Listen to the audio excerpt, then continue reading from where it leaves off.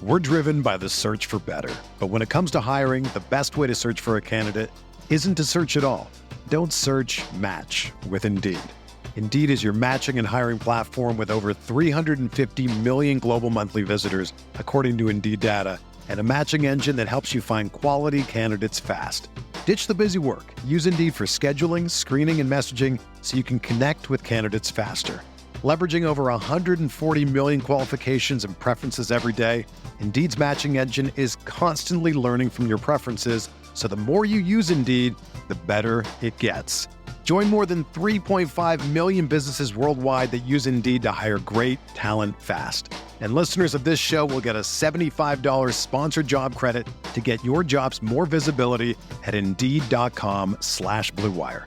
Just go to Indeed.com/Blue Wire right now and support our show by saying that you heard about Indeed on this podcast. That's Indeed.com/Blue Wire. Terms and conditions apply. Need to hire? You need Indeed.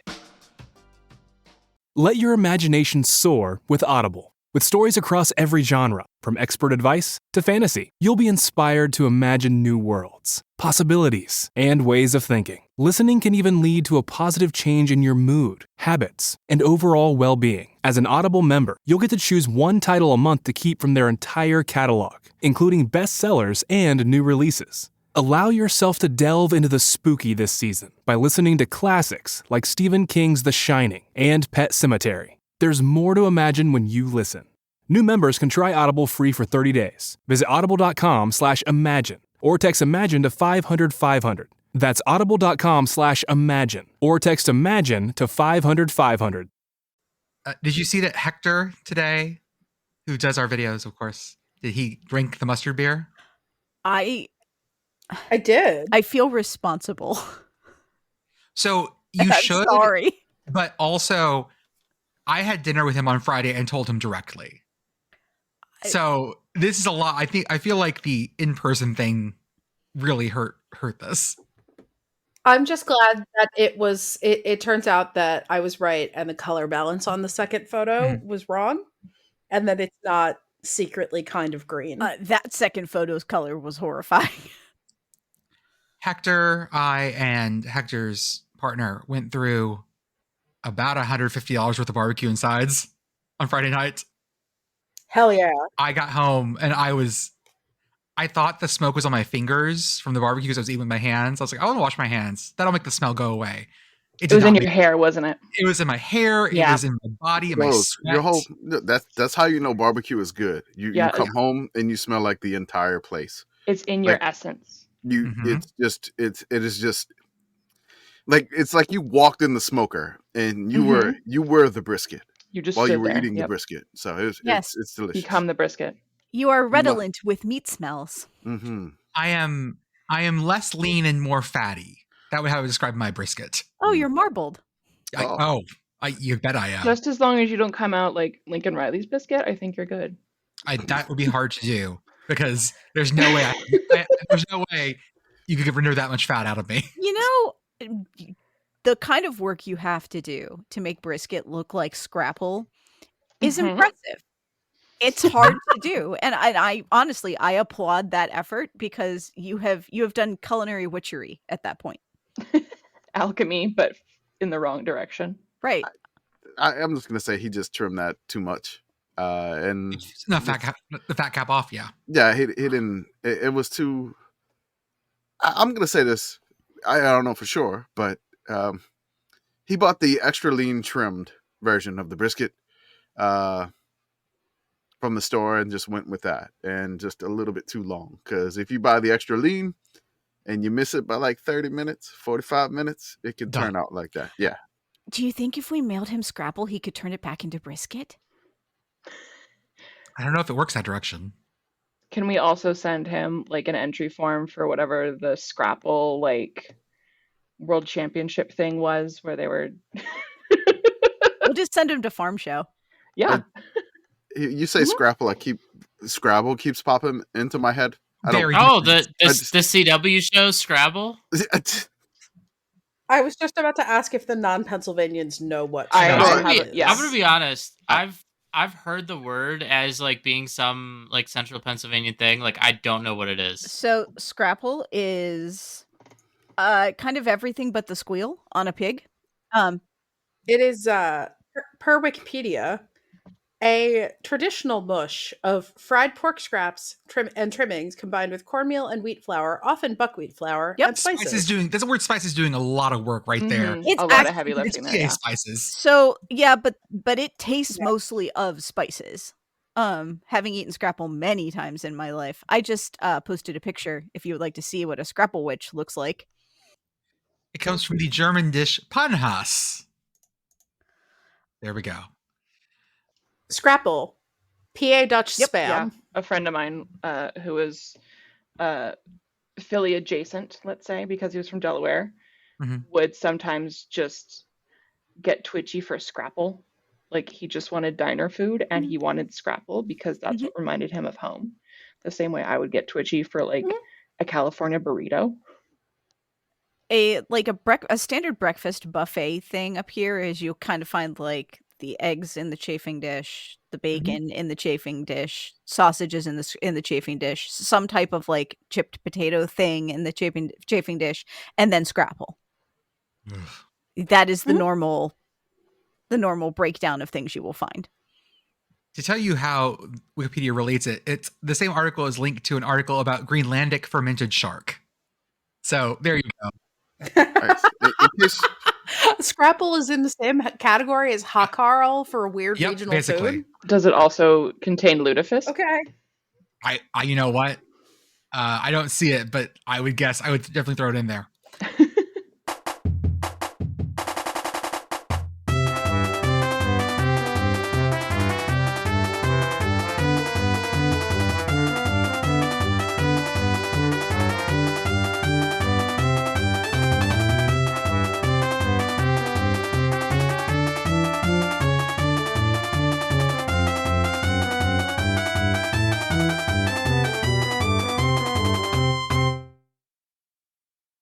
Welcome everyone to the Sickos Committee Podcast. This is our podcast for the evening of October 13th.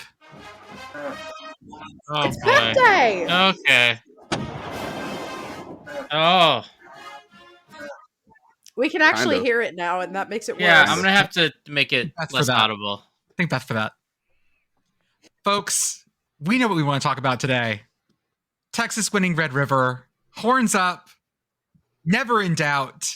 Oklahoma got the early score, but Texas is 34 unanswered, I believe. It was great. I was at a friend's house where it was several generations of folks were there, split pretty evenly between Texas and Oklahoma. And I was, one, way too into the game, and two, also way too much about the fun facts around the game. So when people were like, why is Oklahoma having such trouble passing? Well, 5 of their wide receivers are out. That's going to hurt them. Also, I feel like that 2:30 time slot, it was 95 degrees at kick at the state fair. Everyone had a real good drunk on. The fights afterwards apparently were very good. Like people were swinging. Is that just a normal thing? Because you said that in a way that's like, you know, the traditional post-game fights. Well, so that's the thing, Beth. At some point we'll go to the state fair. You'll come down here and do it. But you got to understand that when you pour out of that game, there is no like go to your car. You're in the middle of the state fairgrounds that's still going on. And so there's no separation of fans. There's no like direction people walk out in. You just walk out into the plaza. And people's feelings people are very emotional at this point. And yeah, sometimes you just start swinging. Okay. I had one question where you say you come to the state fair and you're going to do it, which makes me think like, yeah, you go to the state fair, you come out of the game, and then you just start fighting. Yeah. That's what you do. I had a friend who was there who's an Oklahoma fan, and I say friend, she's a friend from grad school who I text once a year during this game. And it's a very important. I mean, we all have them. You know those kinds of friends. So I text her once a year during this game, and she was like, I am just miserable here. I am miserable. This sucks. This is the worst kind of Red River because it's just the kind where you can't really say anything. It's just Oklahoma getting rolled over. Anyways, hook 'em. Number 1, Texas. We're going to the Natty, baby.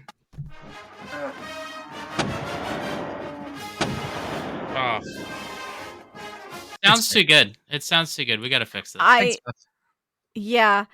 I'm so excited for Texas to win this week and then to just get absolutely mollywopped by Vandy. I will be so happy. When that happens, I'm going to be like in the best mood ever. Like I will laugh so hard. I would like to speak something into existence briefly. Game day at Vandy. Why not? Go to Nashville. That's all. Folks, as always, I'm Jordan. With me tonight, I have Beth, Pit Girl, Kamish, Arthur on ones and twos, and special guest, Big Sky Bridget. Bridget, how are you? I'm good. I'm home. I've had some hours of sleep, not many, but enough to be here and to talk with you all, and I'm stoked to be here. That's good. Beth, how are you? Also very sleepy. It was a get back very, very late kind of night from Morgantown, but I got to hang out I got to hang out in the outdoor area that I have been building all summer, which was a delightful way to spend my day. It looked great. It's nice. Pit Girl, how are you?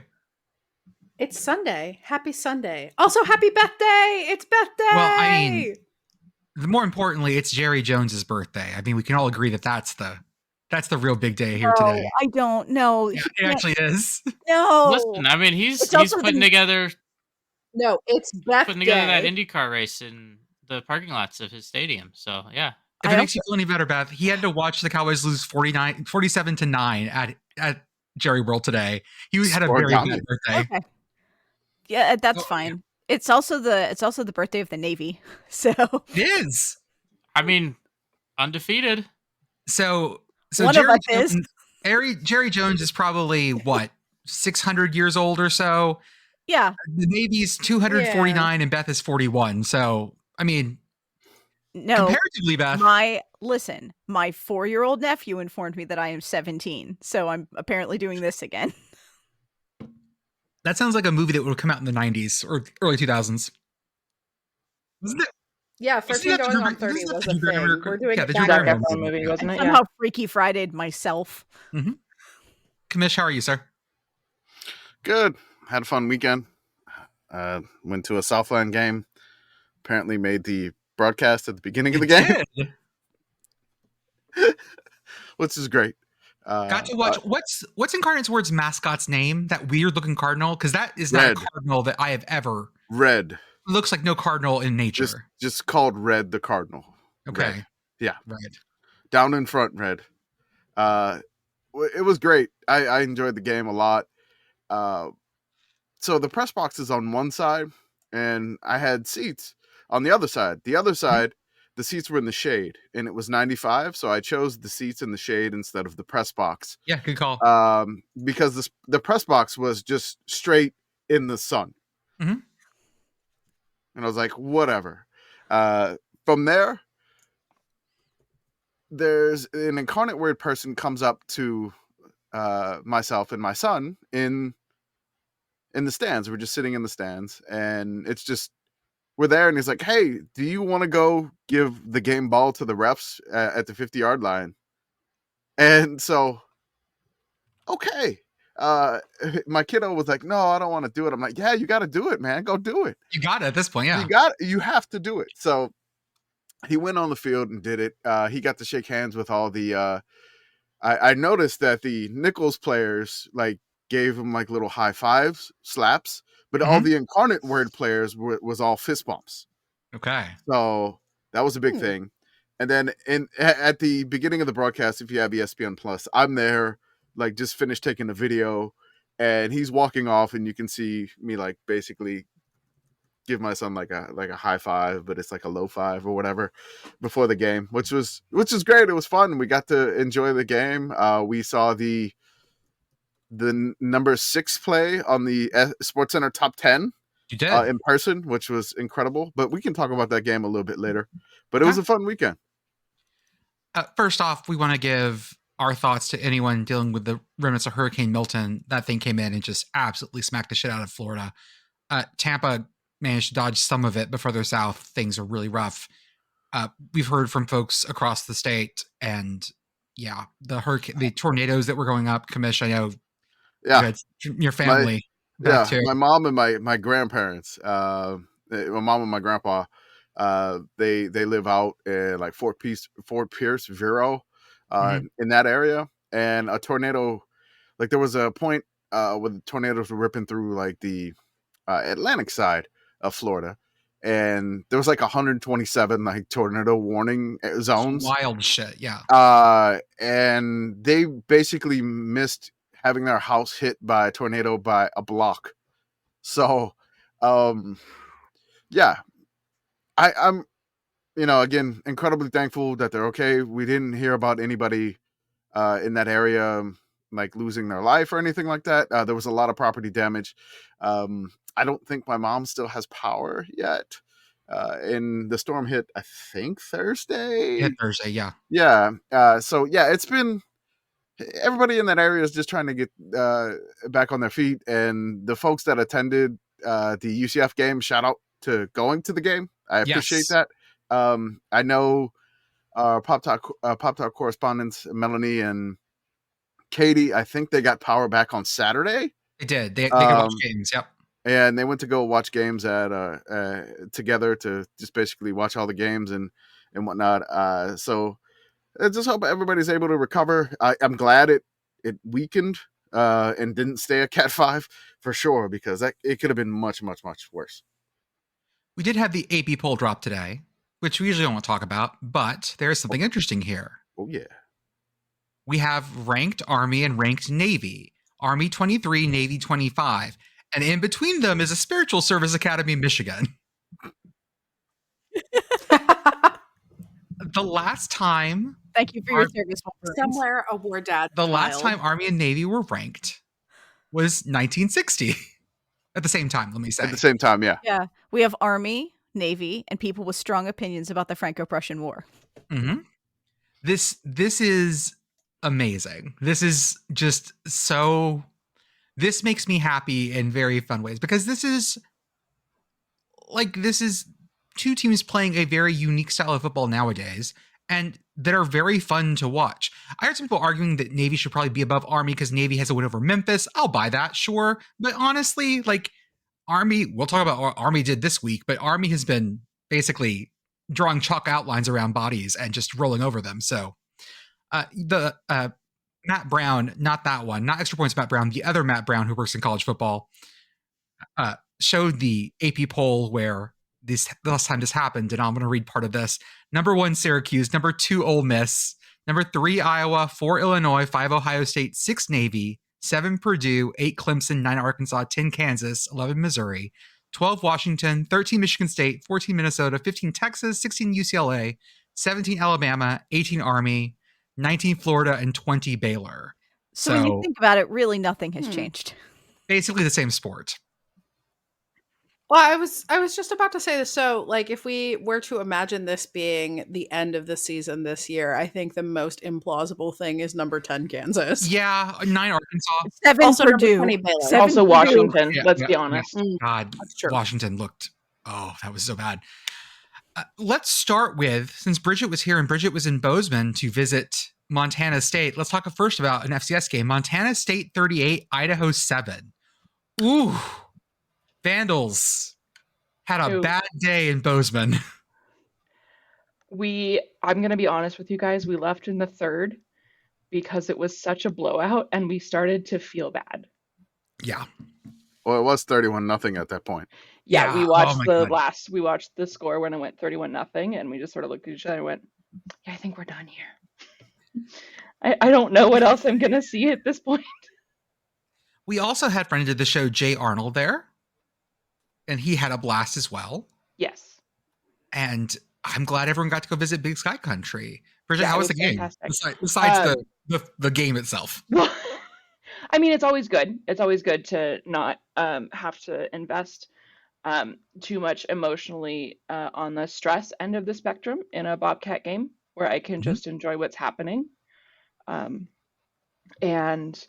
yeah, that was my first game back in Bozeman since I graduated, basically. Oh, wow. Yeah. Cool. Yeah, I just haven't gone back to a game there. So obviously first night game as well, because that was not a thing we did when I went to college there. It's large. It's a very large stadium. It's very cool. If you ever get a chance to go to a game, you should go. Although I imagine tickets are insane now. Good atmosphere, huge student section now. Yeah, it seemed that way. Massive. Mm-hmm. It was fun to be on the field and get to see everything. Instead of being like up in the student section right at the 50-yard line where we'd always be yelling stuff at our buddies on the field. Now we get to yell things at people from the field, except I didn't yell things, but lots of people were yelling things behind us. And yeah, it was, I'm excited to show everybody the pictures that I took. They look great. There were many. Yeah. We put one up on the Instagram. Yes. She broke down the panorama into like 10 photos. And I put it on the Instagram. And then there was somebody who was just like, why didn't you tell us you were there? Like in the comments, this is such a missed opportunity. Let me see here. We are always in and out of games, folks. I mean, again, it was like you could have said hi to Big Sky Bridget. I was milling about. I asked people to come say hi. Yeah, I mean, skill issue. It wasn't everybody there, but Big Sky Bridget was there. I was walking around the tailgate. I was saying hi. I met a ska band, you guys. Like, yeah. Oh, that's right. Yes, the true art form that's left is ska band. Yeah, Ska's not dead. It's just not profitable right now, but it's alive and well in Bozeman, Montana. We're gonna have to change your name to Big Ska Bridget. Yeah, I will reach my true dad form and like that's the impression that we get. Just like ascend to a different plane of existence. Whither thou skanketh, there shall I go. Kids, for the kids out there, the kind of dance you do to ska is called skanking. Just so you're not thinking that was a slur. Jordan, regular listeners of this show definitely know that because you had to explain it to me at least twice. Now, so but if you're new here and you're not aware of how to pick it up. Yeah, every podcast is someone's I first. can both pick it up and pick it up. This is one of the few things I do know how to do. After the Cal kid got the field goal during game day in the checkered Vans, I really have had this urge to go get checkered Vans, and skanking in checkered Vans is basically like that's what the early 2000s looked like, kids, for a certain set of people. I'm pretty sure I used to have a pair of checkered pants, like ska pants, in high school. Remember when bands just had a guy that danced with them? Didn't really do anything, but that was his job, was just to dance. Yeah. God, that was good times. Okay, so this sort of sets up some weird stuff because this next week, and we'll talk about in the preview episode, Montana State is still sitting at 3rd right now. They haven't released a new coaches poll for FCS, but 1 versus 2 is next week. North Dakota State, South Dakota State for the Dakota Marker in Fargo. Yeah. That's going to be that's game of the week, good football. I'm just going to say this, like FCS was incredibly wild this weekend. It was. It was nuts. If you didn't really pay attention to FCS because you're too busy watching Oregon and Ohio State, which is fine. Which was a great game. It was a great game. I'm not shaming anybody watching that game. It was a fantastic game. We'll get there. But if you're not having the capacity to pay attention to like FCS because there's gigantic games on, and it's understandable, and you can only put 4 games on the quad box, whatever. There's some mouth shut. There's some. You're limited. So, yeah, FCS was wild. We'll get to that a little bit later. I have a lot of FCS notes.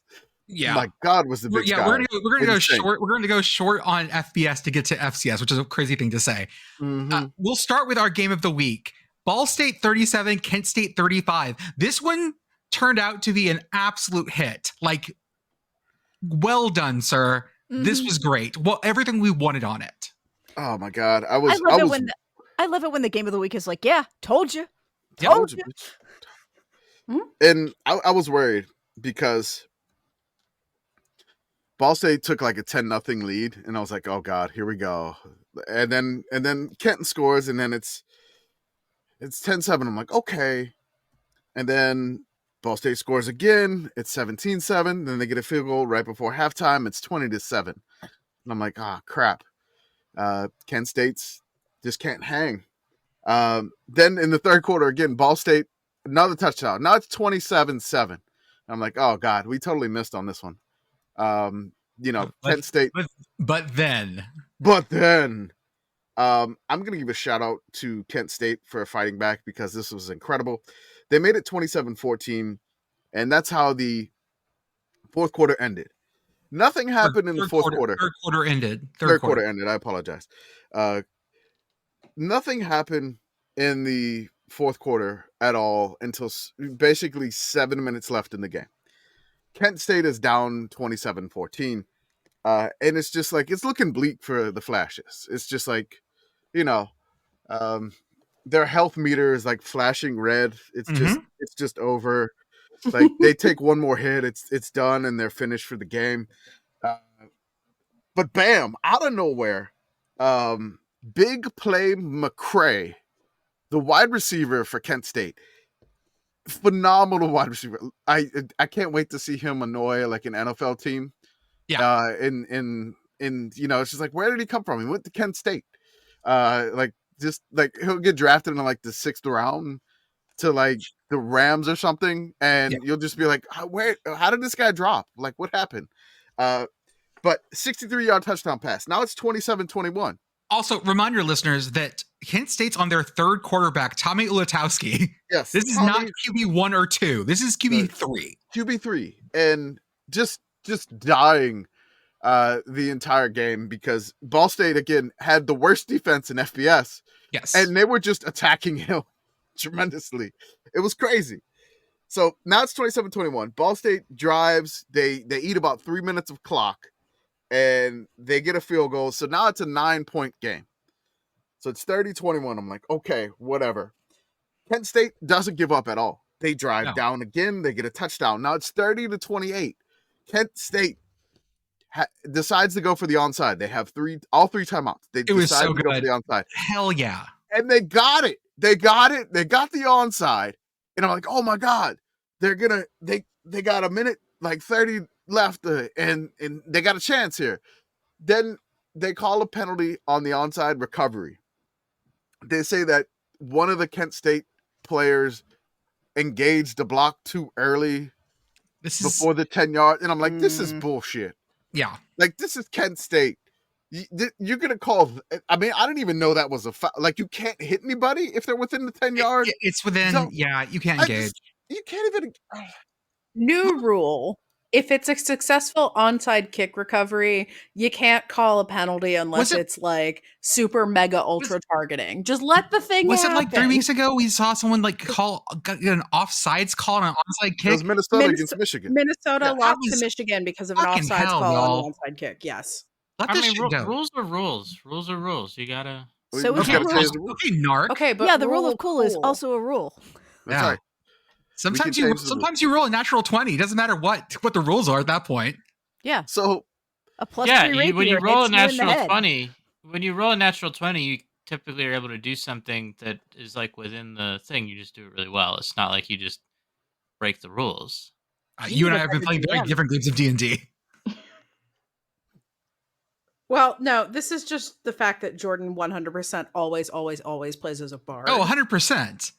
What else would you play as? I just throw in charisma rolls like, oh yeah, I'm gonna walk in and I'm gonna pretend to be a fancy lady. Roll 20. You are a fancy lady. Hello there. How do you do? When you already have your like +6 to charisma, like. Oh yeah, just you fucking get lay to it rule on. of cool everybody at every opportunity. How many times have you been thrown into prison for sleeping with the cops? So many. So many. How many monsters have you attempted to romance? So much. Just charm every time. It's literally all you can do. Yeah. And that's what makes it fun. I don't have to remember any complicated game mechanics. Nope. I just get to stand there and cheer and be funny. I have 2 moves: insults and bedroom eyes. Oh, we're gonna have off season. We gotta make a D&D podcast. It's gotta it's every podcast's next step is a D&D version. Anyway, speaking of ULM. Yeah, so this onside kick. Yeah, sorry. Keep going. My bad. So they make them do it again, and then the next one, it looked to be successful, but the ball just bounced out of bounds. Kent State still has all 3 timeouts here. They take a timeout. And then Ball State busts a run for a touchdown. It's now 37-28 with a minute 13 left to go. So all hope is lost, right? No. Not for Tommy Ulatowski and Big Play McCray. Big Play McCray. 57-yard. If you have a chance to watch this highlight, he juked the shit out of like 5 Ball State defenders just to get this 57-yard touchdown to make it 37-35. And they had to kick another onside kick again. Unfortunately, they did not get it this time. And then Ball State was able to kneel it out and win the game 37-35. I love the madness of the fourth quarter. The action was ratcheted up to like the highest level possible. We have even more action later, which we'll this is not the wildest. This is not the wildest action game we had. Yeah, because of a 5-hour lightning and hail delay. That's right. So this was great. Bum for Kent State. They still have not led in a game at all this year. It's such a wild stat. It's Indiana and Army have never been behind. Yes, never trailed. Kent State has never led. Texas was the other one that had never been behind, but they went down 3-0 early. They went down 3-0. But yeah, so Army and Indiana are the last 2 teams standing that have never trailed at all this season, which should be interesting because Indiana plays Nebraska next week. We'll get to that. But Kent State I just feel like they ran out of time. But hopefully they can take something. And again, they fight. Kent State fights. And much props to them. And glad Ball State, I mean, they desperately needed to hold on to that one. And they did. On Friday night, we had Utah 19, Arizona State 27. Cam Skattebo. The Minecraft man. Jesus Christ. Runs like a bowling ball. You want to talk about let's compare and contrast Skattebo and Ashton Jeanty. Ashton Jeanty is like Gumby. You can't grab him because it's just like he doesn't exist in ethereal space. You hold on, grab him, and he just slides past. Right. He just wiggles past you. I said he looks like trying to capture a 4-year-old who's running away from you. Like you can't get a hand on him. Versus Skattebo will run straight over your ass. He is as dense as a neutron star, from what I can tell.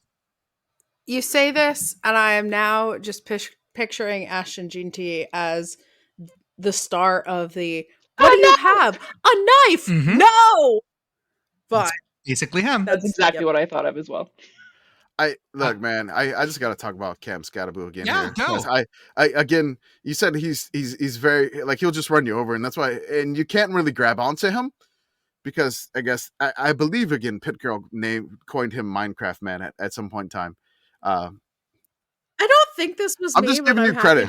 I don't know. Somebody said it. I don't know if anybody listens to the pod and they're like, "Who said it first on the pod?" But you can't tackle him, and he will just run through contact incredibly. And he's only 5'11", 215. Yes, I am bigger than him by a bit in both directions. Jordan can break tackles too. No, I cannot. But Jordan gets caught with the knife. So Cam Rising actually existed in this game, but the first drive, he got rolled up on, and like he looked like he hurt his knee again, and I'm like, Jesus Christ, Cam Rising, son of a bitch. So he was basically playing the game on one leg. And I just feel really bad for him and Utah. He had a horrible game, but he got them to a lead. It's 16-13, and Utah is leading. And this is through nearly the end of the third quarter. Then, I'm dying. Like, I'm about to fall asleep here. I'm like, it's 16-13. It's like Utah is slowly about to strangle Arizona State. They got the boa constrictor around them. That's just like they're suffocating Arizona State. And bam, like the best 50-yard run I've seen from Skattebo. Like I have no idea how he maintained his balance, how he did not like I don't even know how the one leg didn't go down, but then he maintained the balance and then just took it to the house for 50 yards. And I was wide awake for the rest of the game. Like I was just so hyped after that run. It was incredible. Arizona State, just nuts. And then they got another touchdown where Scadaboo caught a pass on like 3rd and 6 over the shoulder. And I'm like Minecraft man with his Minecraft arms just like fully like Willie Mays style catch for a first down. And then basically 2 plays after that, Scadaboo had a 1-play breather, and then he came back in and ran for a 47-yard touchdown. Beth, incredible. Do you know how old Arizona State head coach Kenny Dillingham is? Yes, but I'll let other people guess. I do not. He's 34. I was gonna say he's like mid-30s. Yeah, he's like mid-30s. I think he's the youngest head coach in FBS. But still older than me, so it all runs together. And Beth. Well, Beth is 17. You would also be the youngest head coach in FBS too, Arthur. So Kenny Dillingham at the end of the game, he's on the field. Arizona State's rushed the field because they ranked Utah. I love that Arizona State. They're just like, no, you're not stealing the goalposts. They preemptively put them down. Yep. It's like, nope. They're interviewing Kenny Dillingham after, like, how, Kenny Dillingham, this is a mama call job, right? Like, he went to Arizona State, and they're interviewing him. And this is amazing. I would have been right here with these guys. I love it. Yeah. And then the crowd eats him. They envelop him whole. Subsumes him. Yeah. And you just never see him again. Nope. That's like, how literally, he just disappears into the crowd. I think it was Quint Kesenich was the one interviewing him. And he just basically had another question, and then like Kenny was just gone. Yeah, like into done. Just homer into the bushes. He did the homer into the crowd. Mm-hmm. Yes, he did. We consumed him into our biomass. The Arizona State biomass is like a jug of milk that you've left out too long. Whatever goes in there. God, and it seems sentience. I love that we posted about like Arizona State winning, and we were thrilled for Arizona State to win. And then like somebody in the replies were like, "Screw you, BYU fan," and I'm like, what? People have weird feelings about this one. Yeah. I mean, we do have a BYU fan. Like at 1 a.m. Yes, the BYU fan in the committee definitely long asleep. Utah, who was the favorite to win this Big 12, no longer is. We'll put it that way. Nope. Arizona State was picked dead last in the preseason poll. Yeah, and they're doing very well. The other best part was in the interview behind Kenny Dillingham, someone has clearly snagged one of the orange yard markers. The goalpost, just take that instead. Yeah, they didn't get the pylon, but they got like the 10-yard marker, the 10-yard line marker. Because the pylons go fast. We've learned this. Yes, we've learned this. Yes, the interns grab the pylons because those have tech in them. Yes, so you gotta get that out. But you gotta get those foam yard markers, and then you hang that shit up in your dorm, or you mail it to our PO box. Yes, that's true. We need to start. Hey, we should start saying our PO box number on here. And just see what shows up, because it goes to it's Kamish's PO box. It's not legally attached to my name. You guys would have to do the WTYP, please do not mail us letter bombs. Yeah, no, I don't. Please do not mail us contraband. No letter bombs, please do not mail anthrax. No, we're not doing that right now. Don't mail Kamish things that are illegal in Texas. I mean, I'm gonna mail you a lasagna, and it's gonna cook in the PO box. Yeah. Oh jeez. Oh God. Do you want some ants? I could mail you ants. Mm-hmm. Next game we have Kamish, Southern Miss 21, ULM 38. 5-1 ULM. Still not getting any AP votes, even though we have much like I remember so clearly Mac Brown, this must have been 2005, lobbying to get into the Rose Bowl over Cal. I have not seen the way I have been lobbying on our Twitter account, because it's not Kamish doing it. It's me, for the most part, lobbying for ULM votes to our AP poll voter followers. Mac Brown here, asking you to give one vote to ULM. Just for ULM. Cowards. What are some fun facts about 5-1 ULM? All right, so I kind of avoided watching this game. I went to the Incarnate Word game, and I did that because I was like, I just couldn't watch this game. And so I get to the Incarnate Word game, and I check my phone, and then the first play I see is ULM had the field goal blocked, returned for a touchdown. Now it's 17-14. I'm like, I'm not checking anymore. Done. Like, I will not check this at all. I close out the app. Like, I'm not doing this. ULM, old ULM would have folded at that point. That was it. You're done. Like, you're. But ULM just rattled off 24 points after that point, or 21 points. They win 38-21. I give my sister some shit, and I just send her the scores like ULM 38, Southern Miss 21, and I was like ULM 5-1, Southern Miss 1-5. She doesn't even want to play. She just sends me the eye roll emoji back. Good call. Yeah. Yeah. She was just like, I can't even defend this. So this is the last time that ULM started 5-1 was 1987, their FCS national title winning season in 1987. The last time that they were 5-1, they defeated number 8 Georgia Southern, which Georgia Southern was FCS at the time. Yeah. 26-17 in Malone Stadium on October 17th, 1987. The number one song at the time was Lost in Emotion by Lisa Lisa and Cult Jam. I don't know that one. Yes. I don't know that one either. I listened to it and I was like, okay, yes, I got that one. I was like, 1987 was weird. But that song knocked off Here I Go Again from Whitesnake from the number one song. Yeah, that one I do just know. knocked it off.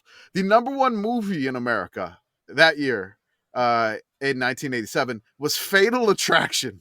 Yeah. Oh, boy. Oh, wow. A classic. Imagine that being a number one movie now. Fatal Attraction in 87 had the number one spot on the box office for nearly 2 months. That's wild. It was wild as hell. They tried to redo like Fatal Attraction, but they called it Swim Fan, and it didn't do as well. No, it did not. It got a nomination for Best Picture. Swim Fan? Swim Fan? No. Fatal Oh. Attraction. We used to understand art. We used to. Man, imagine now, like, we'd probably have like the Fatal Attraction like spin-offs and like. Oh yeah. Fatalist The Fatal Attraction. Extended Universe. Yeah. I'm just thinking about like the internet discourse. Oh, Fatal gee, Attraction, no. yeah. Oh, it would And be. how insufferable It'd be the nuts, I discourse right? hope would the internet be. just never discovers Fatal Attraction because I don't want to hear about it. I just want to give you a couple of other movies that were in the top 5 Hell yeah. this week I in would love that. 1987. Number 3 that weekend was The Princess Bride. Oh, Yes. Yes. Yes. And number 5 that weekend, Dirty Dancing. And you bet I'm having the time of my life Also, right yes. now for this ULM season. I'm going to say that. Nobody puts Monroe in the corner. Well, except like the northeastern corner of Louisiana, but okay. It's weird like looking at the because I pulled up just like 1987 movies. Yeah. It's interesting to see like what had like staying power versus like what had like also at the top of the box office for the whole year, not just that time. We have like 3 Men and a Baby. There's like a bunch of these, and then like you got to go all the way down to 16th to get RoboCop. RoboCop was the 16th highest grossing movie. I feel like I've heard of RoboCop so much more than most of these other movies. yeah. It didn't have that. Yeah, because push RoboCop originally. was good though, is the thing. Yeah, it didn't have the. So I want to give you another fun fact. Baseballs comes in at number 31 in 1987. By Yes. the way. Another fun fact. 2 days after ULM got to 5-1 Mhm. in 1987, it was Black Monday. On October 19th, 1987, the stock market crashed. Yes. Uh-huh. So thank the Lord ULM has a bye week coming up. No trading on Monday, folks, because No, it's a holiday. hey, when the podcast comes out on Tuesday, if you can hear it now, just hopefully your stocks are okay. Kamish, how many more wins is ULM supposed to get this year? I have no idea. Somebody put this in there. It's not me. I'd say, 5 conservatively. What is it, Arthur? I assume you put the FPI thing in here. Oh yes, for ULM. You have to guess.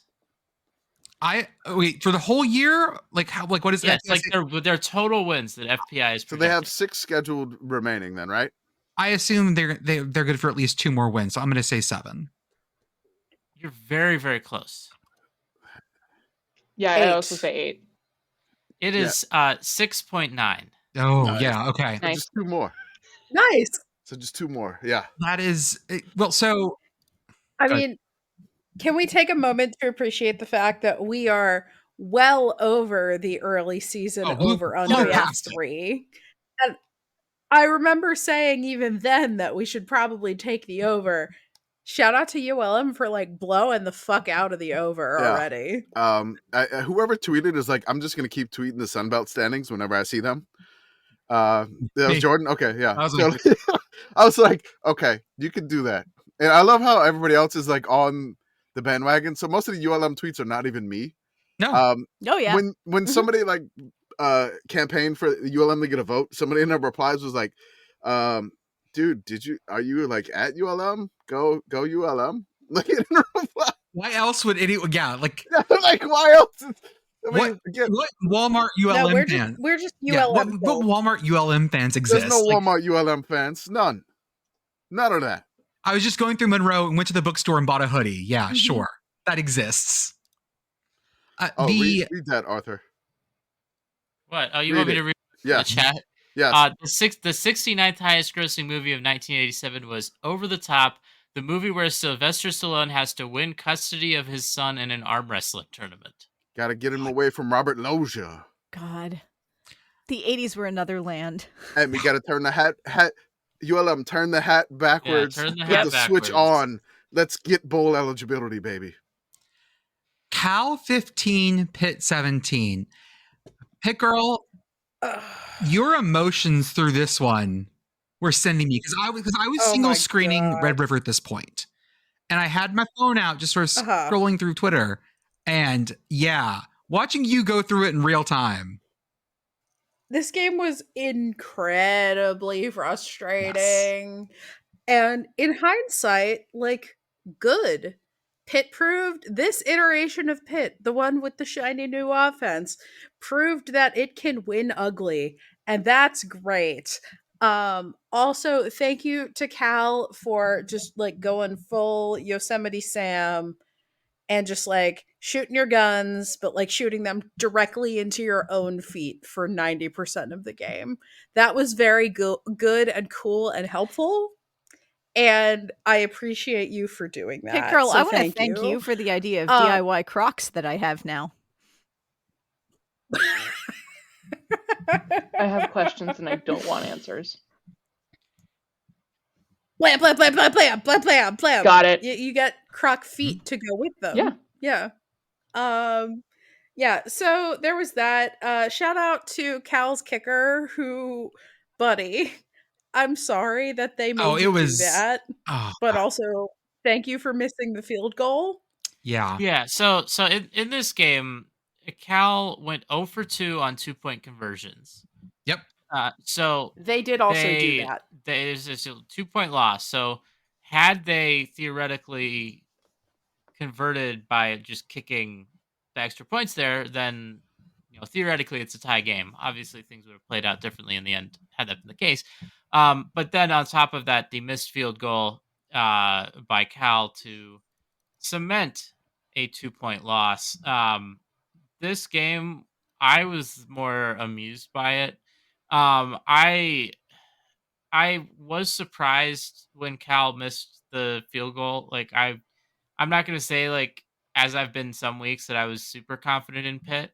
But I do think that it's interesting that they're able to win a game like this. I mean, this is easily the worst that their freshman quarterback has played in his career so far this season. And, still walk away with the win. Cal is a team, right? Like, I feel like they could be 6-0 right now, but they're not. They're 3-3.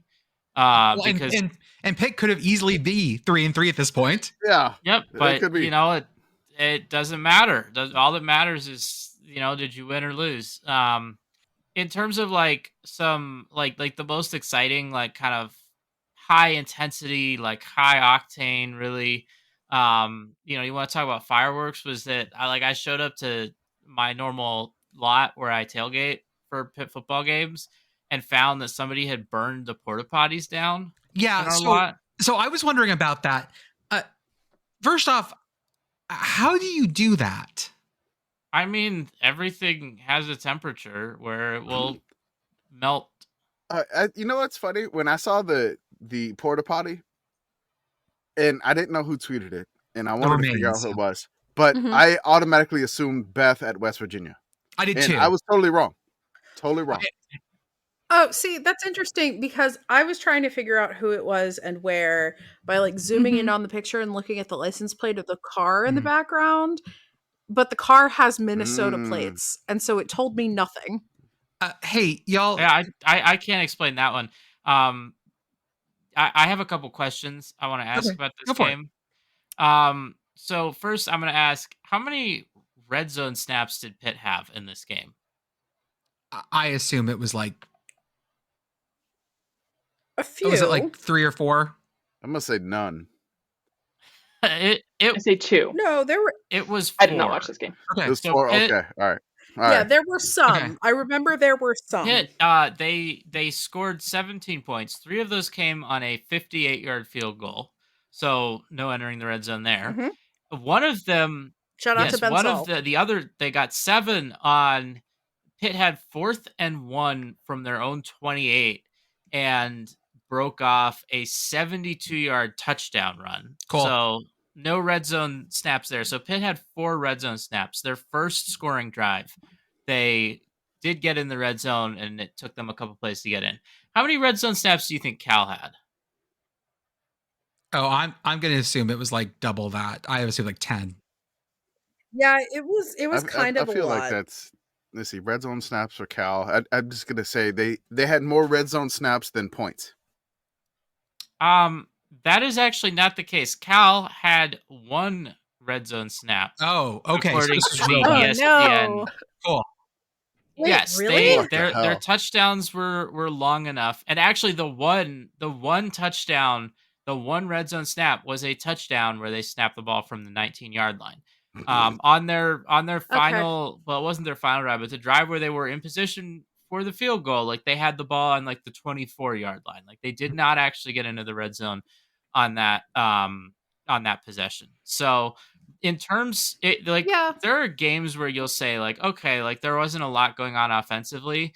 There wasn't a lot of threat for anything offensively. I mean, there was like the ball would move kind of in the middle of the field.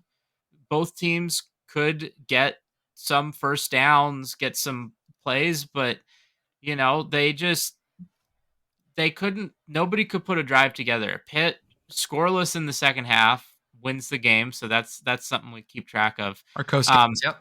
Yes, and the one thing that I was just kind of struck by as well is because I watched 2 college football games this weekend because like going to one, then that kind of takes me out of watching a lot of other stuff, but I watched the Pitt game and I watched the Oregon-Ohio State game. And the thing that really struck me was kind of how similar the endings were in that both games, like I was sure that one of the teams was like, oh, like they've gotten themselves in position for the game-winning field goal, right? To the point where I wasn't even thinking about the actual like execution of the field goal, like what's gonna happen. It's all about like, okay, like how much time is gonna be on the clock when they get the ball back, how many timeouts, like what's that? Like I'm just looking completely past it. And then something catastrophic happens and suddenly it's like, oh, none of that mattered. I do want to mention some fun stats here. Pitt went 1 for 12 on third downs. Yes, won the game. I was just about to talk about this. Yeah. So Pitt goes 1 for 12 on third down, and Cal is able to convert every long third down you could possibly think of. They converted like a 3rd and 15, and this was one of the main reasons why I was like having feelings throughout most of this game, because Pitt's defense this year, someone on Twitter compared them to the Muppet Band. I think that's right. I prefer to think of this as Pitt's defense is neither late nor early. It just shows up exactly when it means to show up, right? Except for the fact that we kept letting Cal convert on like 3rd and 15. Immensely frustrating, but it's fine. We won the game. It's fine. Pitt is 6-0 for the first time since like 1980 Bowl something. eligible. 19 or longer. Bowl eligible. Arthur is a TikTok star. I don't know about that. People are So- bringing up a 2-year-old TikTok from the last time Pitt was bowl eligible because they did not make a bowl Yeah, game last it's year. back. But 2 years ago, Pitt did go to a bowl game, Al- and they're going to go back to a bowl game this year. Also fun. Cal held the ball for 38 minutes in this game. Play fast, score faster. Pitt and the dealer both stand on 17. We'll talk about one more game before we go to break because this was our sort of y'all. You may have missed this game, listeners, but I gotta bring this up because Marshall 23, Georgia Southern 24. Beth is like crawling out of her chair in excitement here. This was the wildest game of the day in terms of like sheer comeback.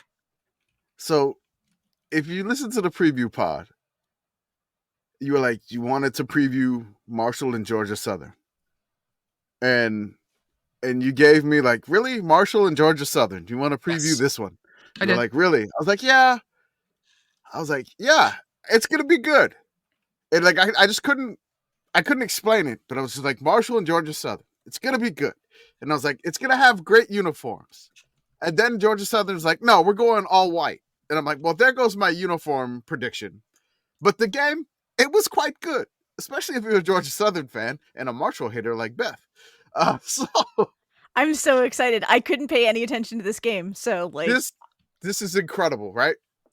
So basically, Marshall reaches the apex that you could possibly reach in win probability.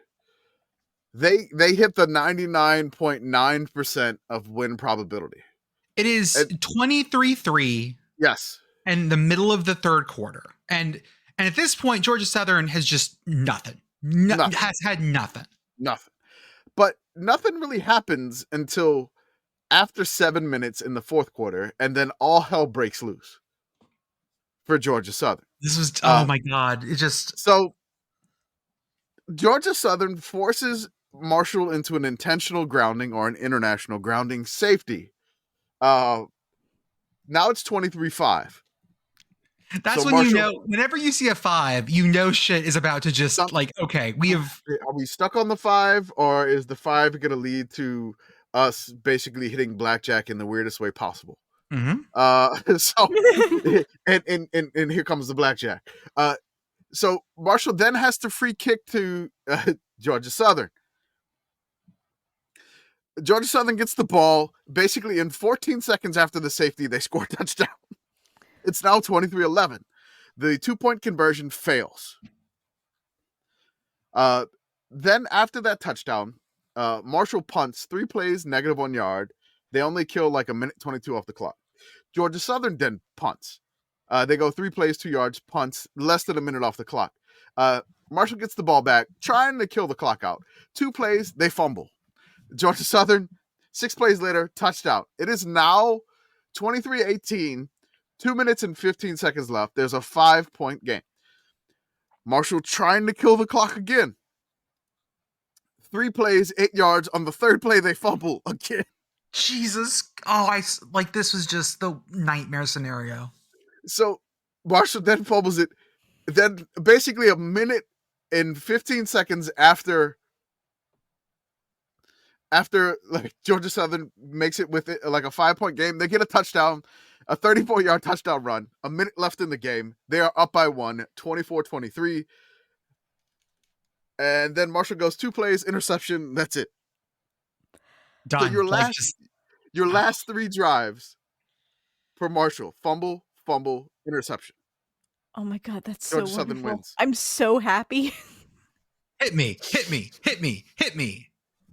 This is the most. I was sitting. The line. Oh, Look at I the mean, line. I know Beth. it's asymptotic. Like it is vertical. Listener, Jordan sent me the image of this line at midnight to celebrate my birthday. This was my birthday present, and I was so happy. Like, Georgia Southern is not having a great year. Like, their fans are ready to get rid of Clay Helton, I'm feeling.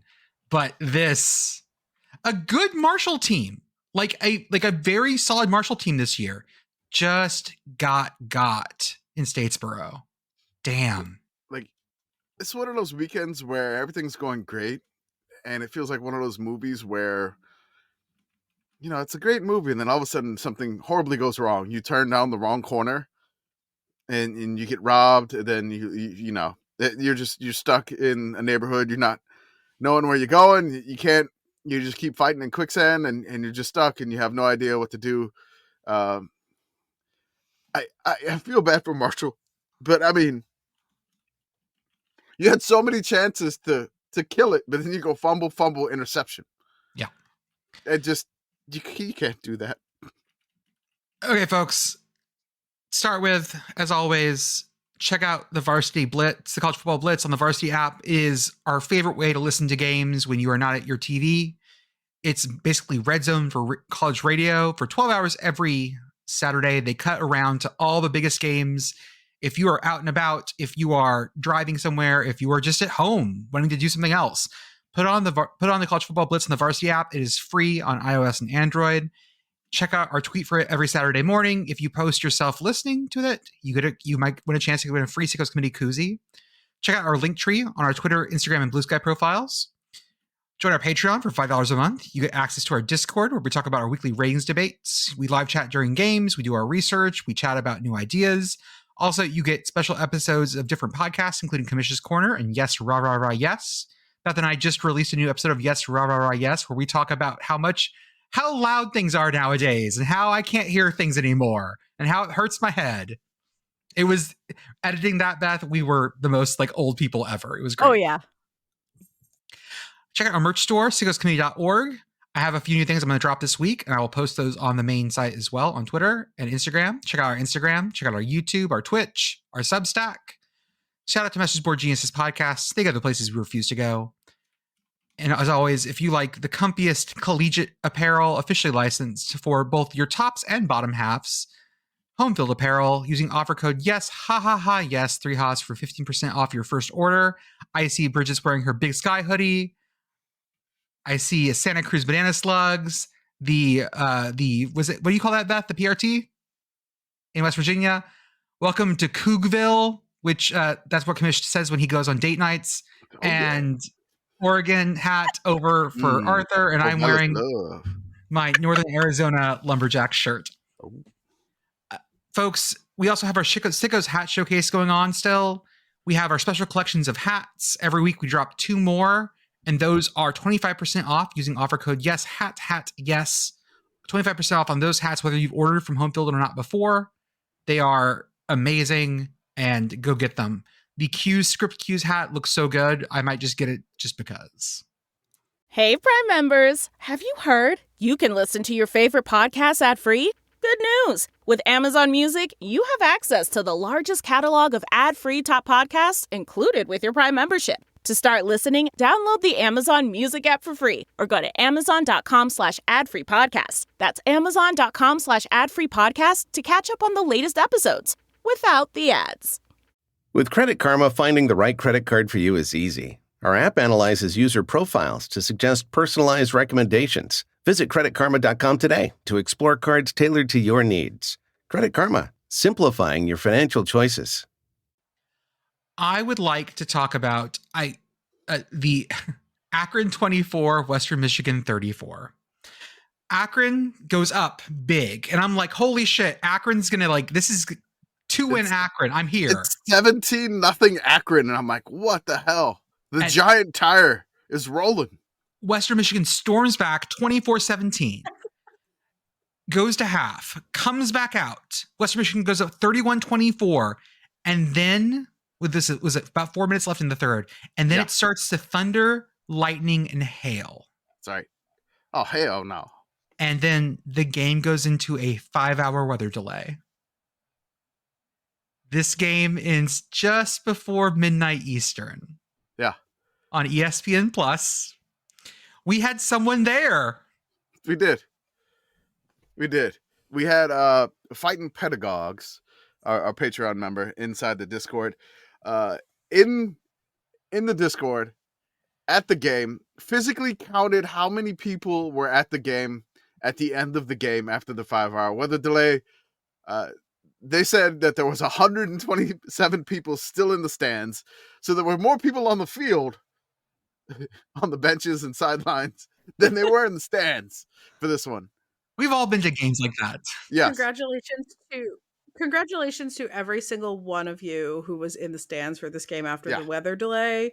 You are all committee members in good standing. Oh my gosh, their family members didn't even stay.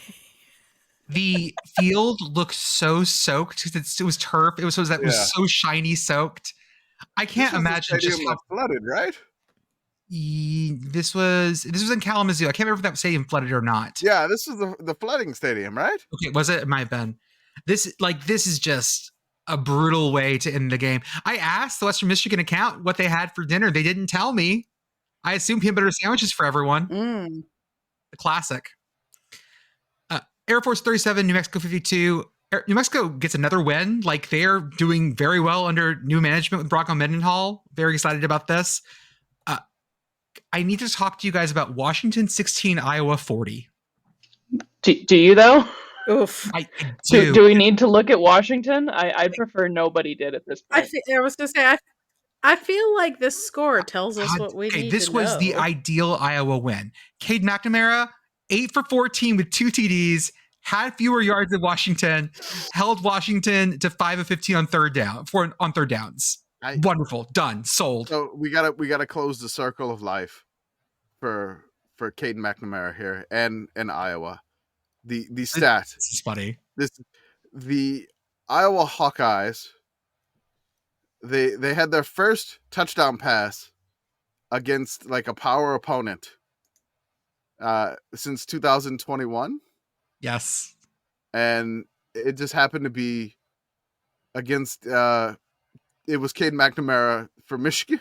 Yes, it was a Cade McNamara. It was the Big Ten title game where Cade McNamara was playing for Michigan at that point. Yes. Yes. Yeah. It was his first, I think he was first touchdown pass. Let me see if I had that right. Sorry. I think I tweeted it, the circle of life. Let me see if I can remember. Doing it real quick. Did have a great Jedfish face in this game. He's shaking his head no angrily. Okay, it was okay. Caden McNamara's first TD pass versus a power conference team since 2021. It was his last touchdown pass against a power conference team in 2021 was against Iowa in the Big Ten title game in 2021. The circle of Hawkeyes.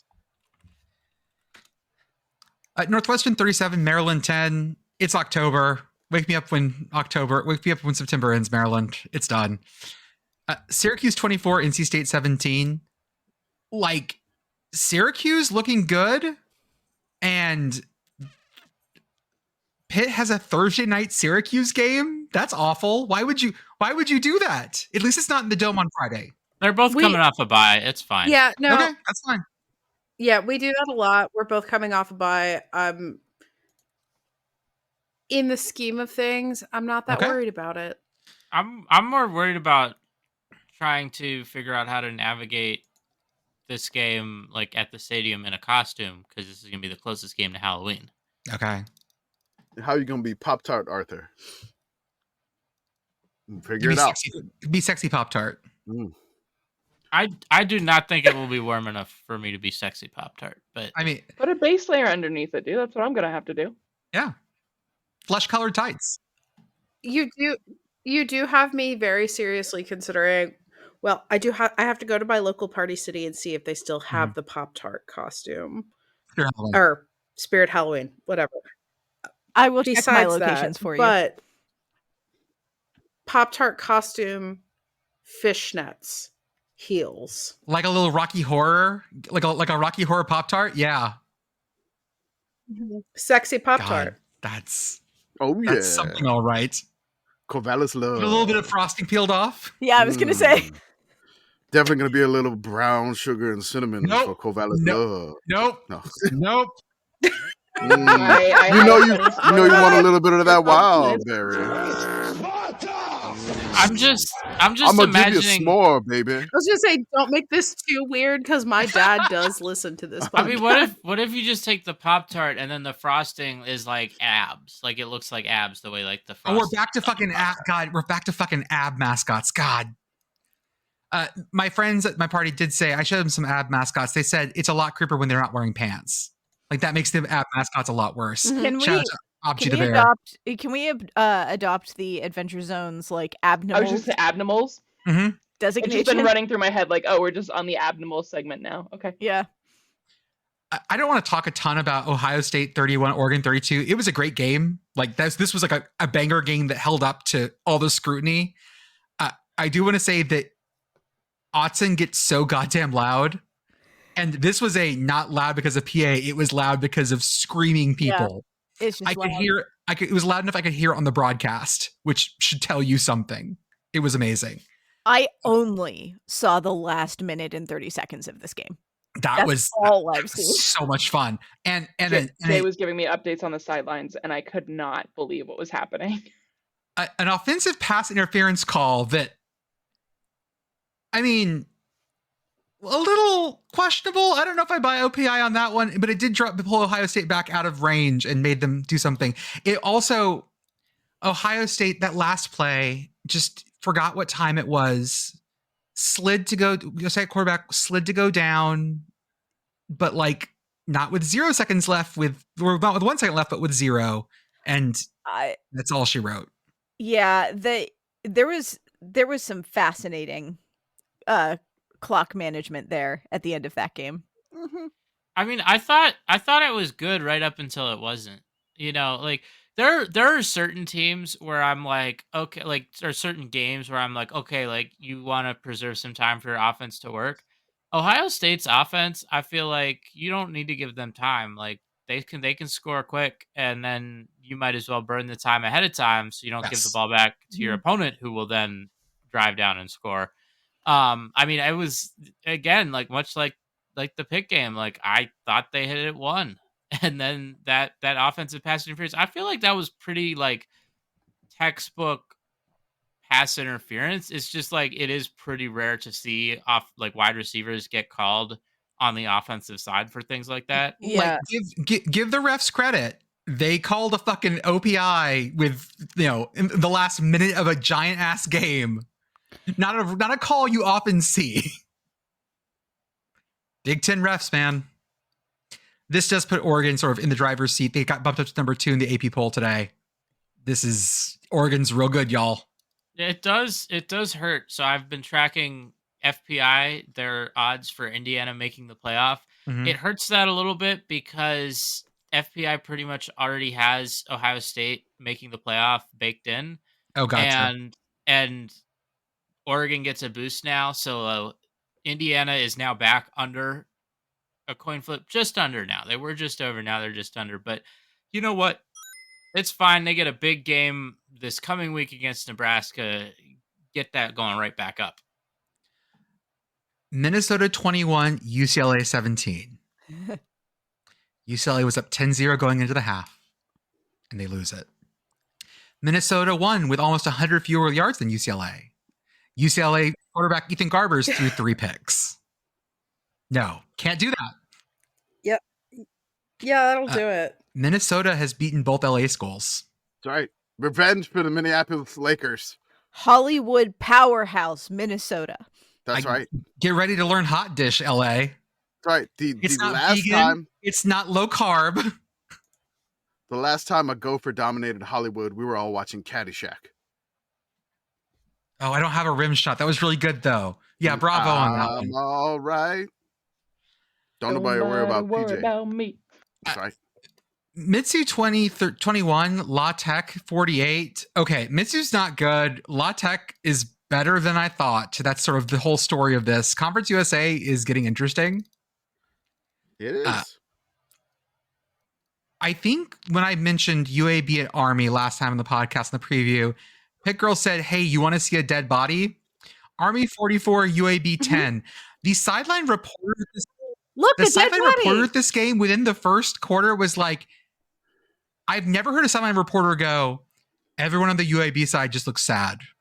Everybody is just, that's it. They're everybody on the sideline. They're all, their heads they're hanging. This was their the first quarter. Like it was 7-0. Like Army scored 7. It seemed like it was just after the first drive. It's over. All the UAB players have just given up already.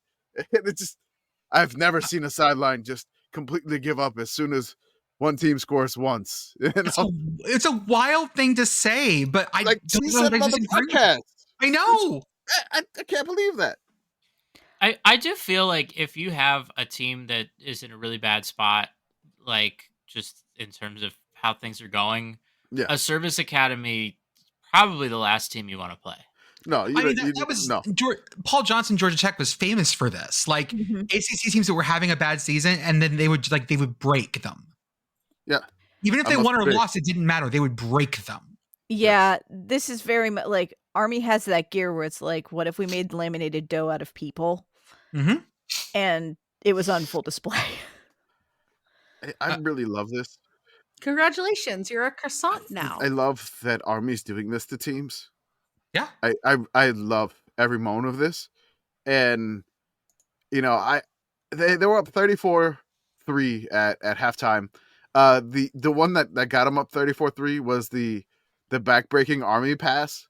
Yep. The one that just... like, here you go. Here's the Army pass. It just like, you haven't stopped us all like half, and then like now it's like, okay, here we're gonna pass just for the hell of it, and it's like a long touchdown, like a 40-some-odd yard touchdown, which is just ridiculous. And it was 34-3 at halftime. Army got the ball. I had hopes of the 30-minute drive. It didn't work out. They went 12 plays, 75 yards in 7 minutes and 26 seconds.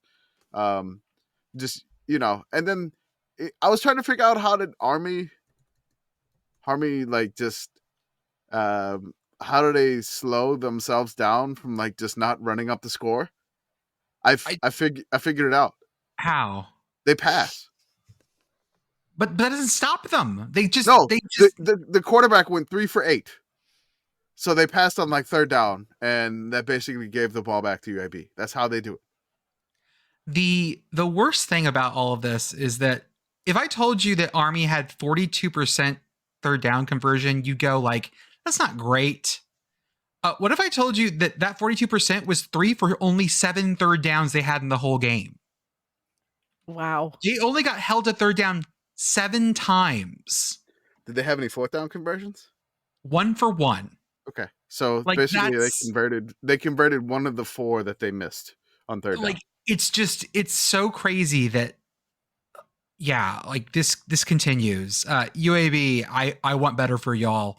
And I know that I said this last time, looking over at ULM and going like, could have had that is a real rough. Look, I love the fact that ULM's head coach is motivated out of spite. Mm-hmm. Mm-hmm. Like just and then he's injected the team with spite, like PJ did with the Sprite pills. The official motivation of the Sickos Committee. I mean, the ULM motivation is 134. We're the shittiest fucking team in the country, and we're gonna make you feel it. Yes, that's what their like thing is. Lean into it. It's they've taken the 2007 Pitt mantra. We're the shittiest fucking team. And we're just gonna make it hurt. Mm-hmm. Works. Louisville 24, Virginia 20. Andrea, okay, you need to come on, man. I know. Sorry. The Cards won this one. I mean, this was sort of Anthony like he didn't mess it up, but Virginia was like 8 of 19 on third downs. It's just like they couldn't extend the drives. Virginia didn't have any turnovers. They didn't have like any like really backbreaking things. They just could not string together another drive to win this game, which, I mean, credit to Louisville and their defense. They did enough to win a game on the road in the ACC. I do want to talk about Vandy 20, Kentucky 13. This is 2 in a row for Vandy, which is huge. Over Kentucky. 2 in a row. I'll say, I typed an all caps tweet being like, this is the first time Vandy has won 2 games in a row in the SEC. I typed the tweet and I was like, okay, I gotta look it up now. Check the facts. Because I was expecting it to be, back in like the James Franklin days, right? Like a decade ago. Now it was only 2022, but I already had the tweet set, so I just typed it anyways. Like fuck it, whatever. They beat Kentucky and Florida back to back. Yeah, in 2022. It was a ranked Kentucky though. Yeah, but it was a very bad Florida. Yes.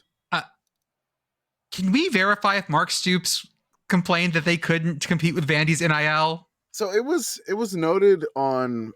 I listened to the full cast after dark, but then I looked at the person that tweeted it. They only had like 300 followers, and I looked, and I think Matt Jones of Kentucky Sports Radio follows us, and I looked at his timeline. There was nothing mentioned about this. Okay. And I didn't listen to the press conference, so I don't know if it was said or not, or if it was one of those internet tweets where they change their profile to look like a reporter and they're not a reporter. Things that get said yes or no. But it would have been funny if Mark Stoops was saying we couldn't compete with Vandy's NIL. That's why I feel like that wasn't. I cannot verify it. It would have been funny. I mean, Vandy does have low key plenty of money. Actually, they should. That should be the one thing they should be able to do. Is just like the SMU thing. Like they should be able to toss wads of cash at people. Vandy is out here giving out gold Trans Ams in the year of our Lord 2024. What's like a gold vehicle that Vandy would give out? Not a Trans Am. There needs to be like a Nashville gold vehicle. A Cadillac, like an old Cadillac.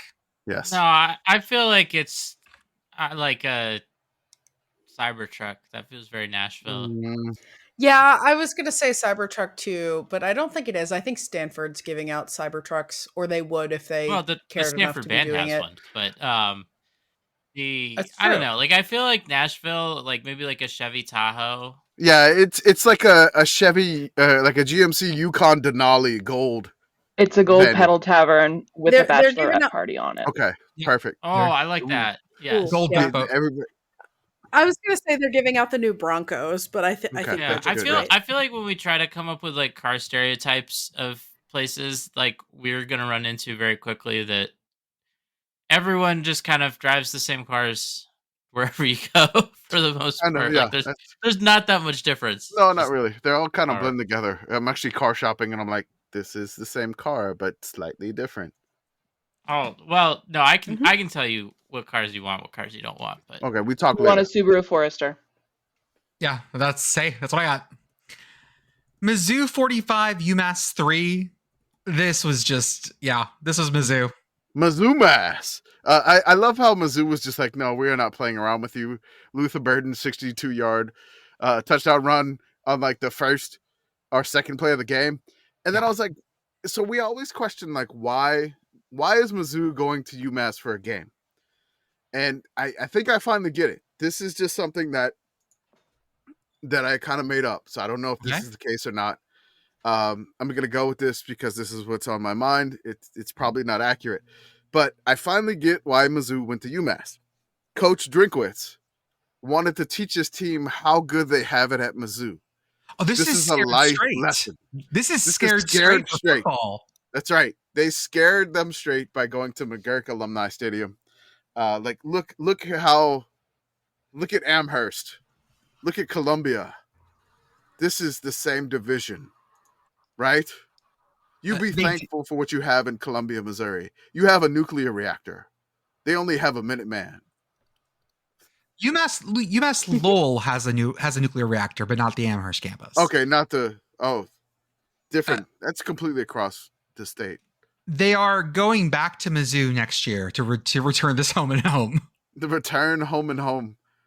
Is this like, it feels like this is a 5-game series and UMass has got to go to Columbia 5 times.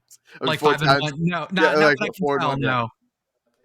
A home and home and home and home and home. I was trying to find a way to make like a 3-Minute Men to Midnight joke with this, and I couldn't get there. Couldn't bend it. Yeah. The only thing I have is the Missy Elliott song "1 Minute Man." Mm. They just didn't want no 1 minute man. No. UTEP 17, Western Kentucky 44.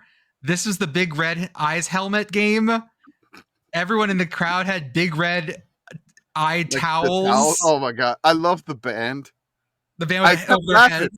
I kept laughing because like Western Kentucky kept scoring against UTEP, and they would flash to the Western Kentucky band, and all of the band had the big red eyes towels on their head.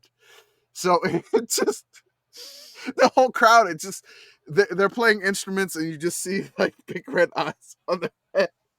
I couldn't help but laugh every time I saw that. I love that so much. I loved it so much. It was so awesome.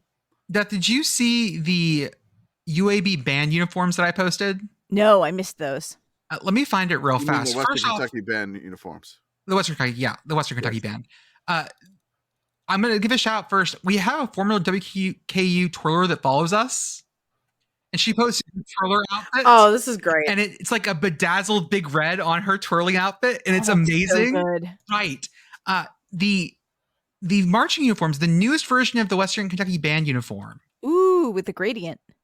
With a gradient, but also with it goes into the arm, like the little towel logo flows into like red of the arm. It's really nice. I kind of like it a lot.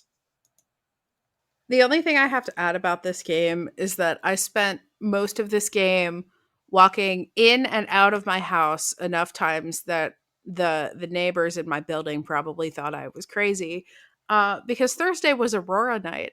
And so I was just like walking out into the park across the street, so I'd be on the other side of the street light and looking up and not seeing anything. And then I would go back in and, watch Big Red's eyes stare at me from various places on the field.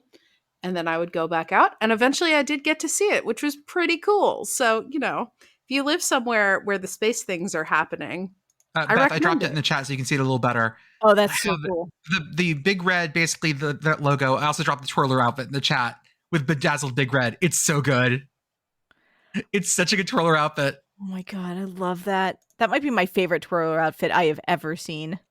I mean it's great. I love this. And then my favorite thing was somebody replied to us as like, you guys have posted Big Red eyes so much that I see Big Red's eyes everywhere. And then I think you did the Avengers Endgame meme. Everywhere I go, I see his face. It's not Endgame. It's the second Spider-Man movie. Everywhere I go, I see his face. Yeah, and I put Big Red's eyes on the wall. Oh, it was good. Yes, it's great. The eyes of Big Red are upon you.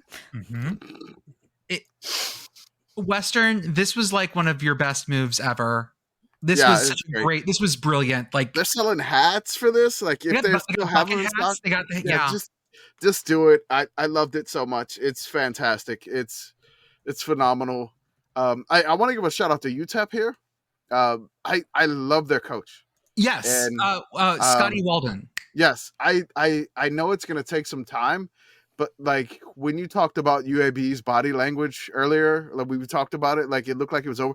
There was none of that for UTEP. None. Like there was nothing like that. Just incredible, like coaching, just constantly coaching them up.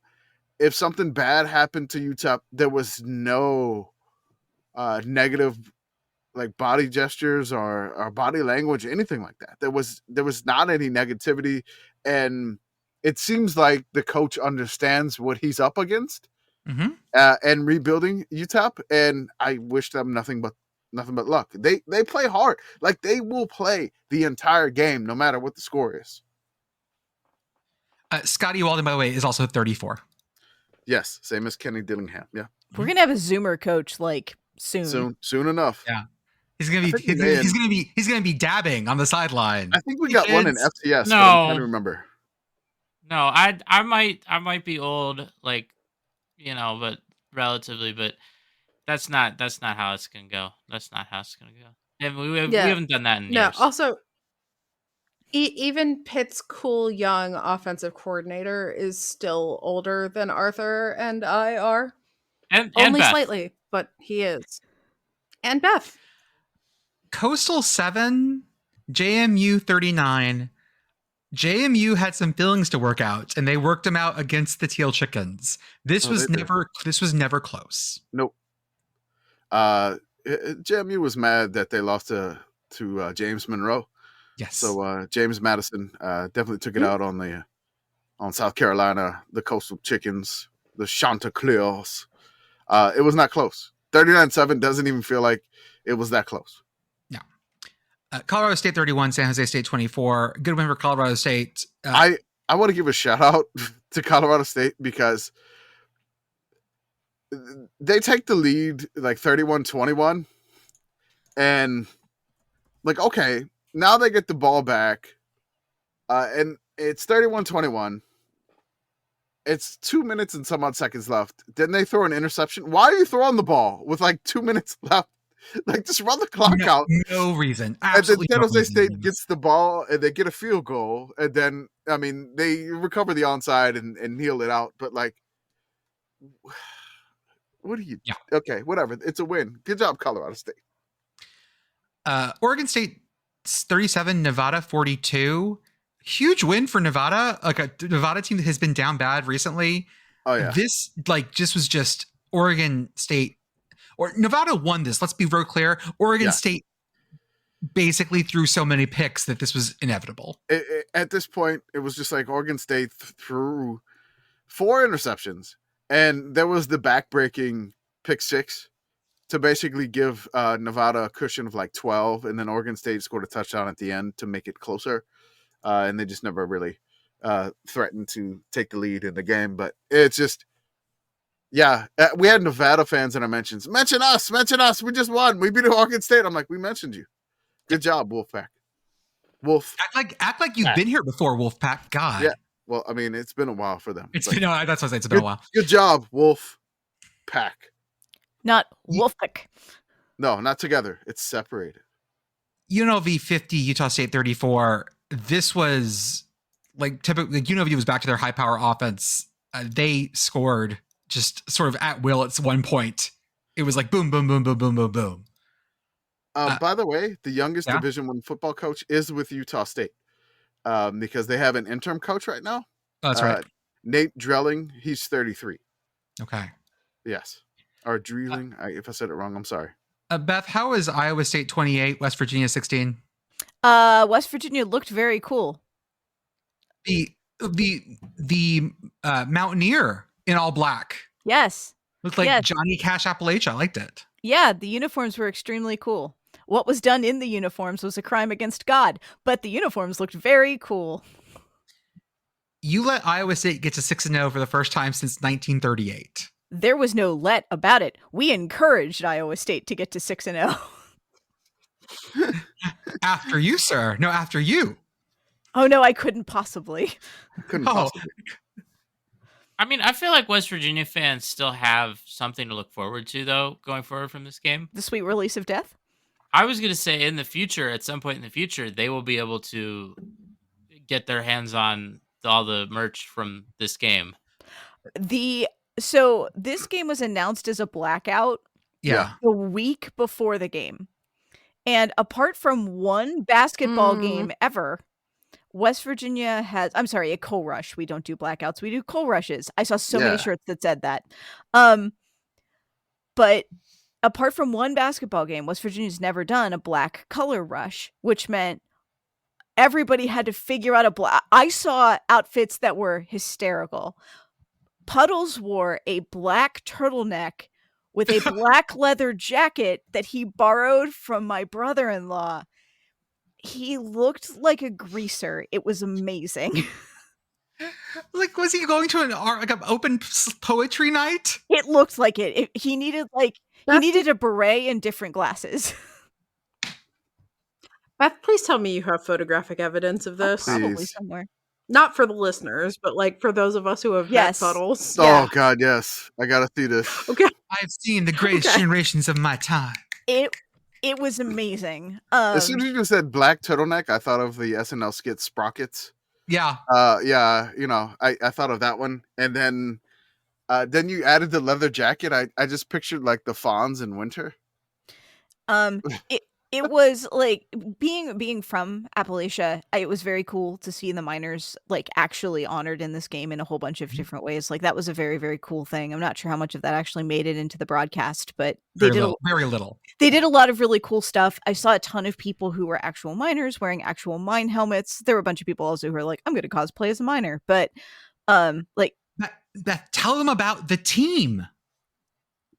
The Oh, national championship West Virginia team. Yeah, the mine rescue team. That was one a of new the college sport. Ooh. Yeah.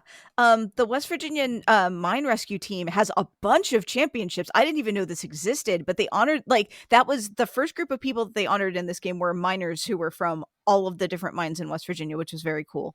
And then the second group of people that they honored was the WVU mine rescue team, which, like, their sport is literally, we train to rescue miners. We get out at 5 o'clock in the morning 4 or 5 days a week, and we practice, so if a mine disaster happens, we can be, fucking useful, which is tremendous. And I love the fact that that exists, and I love the fact that WVU is good at it, because let's face it, kids, like, they need to be.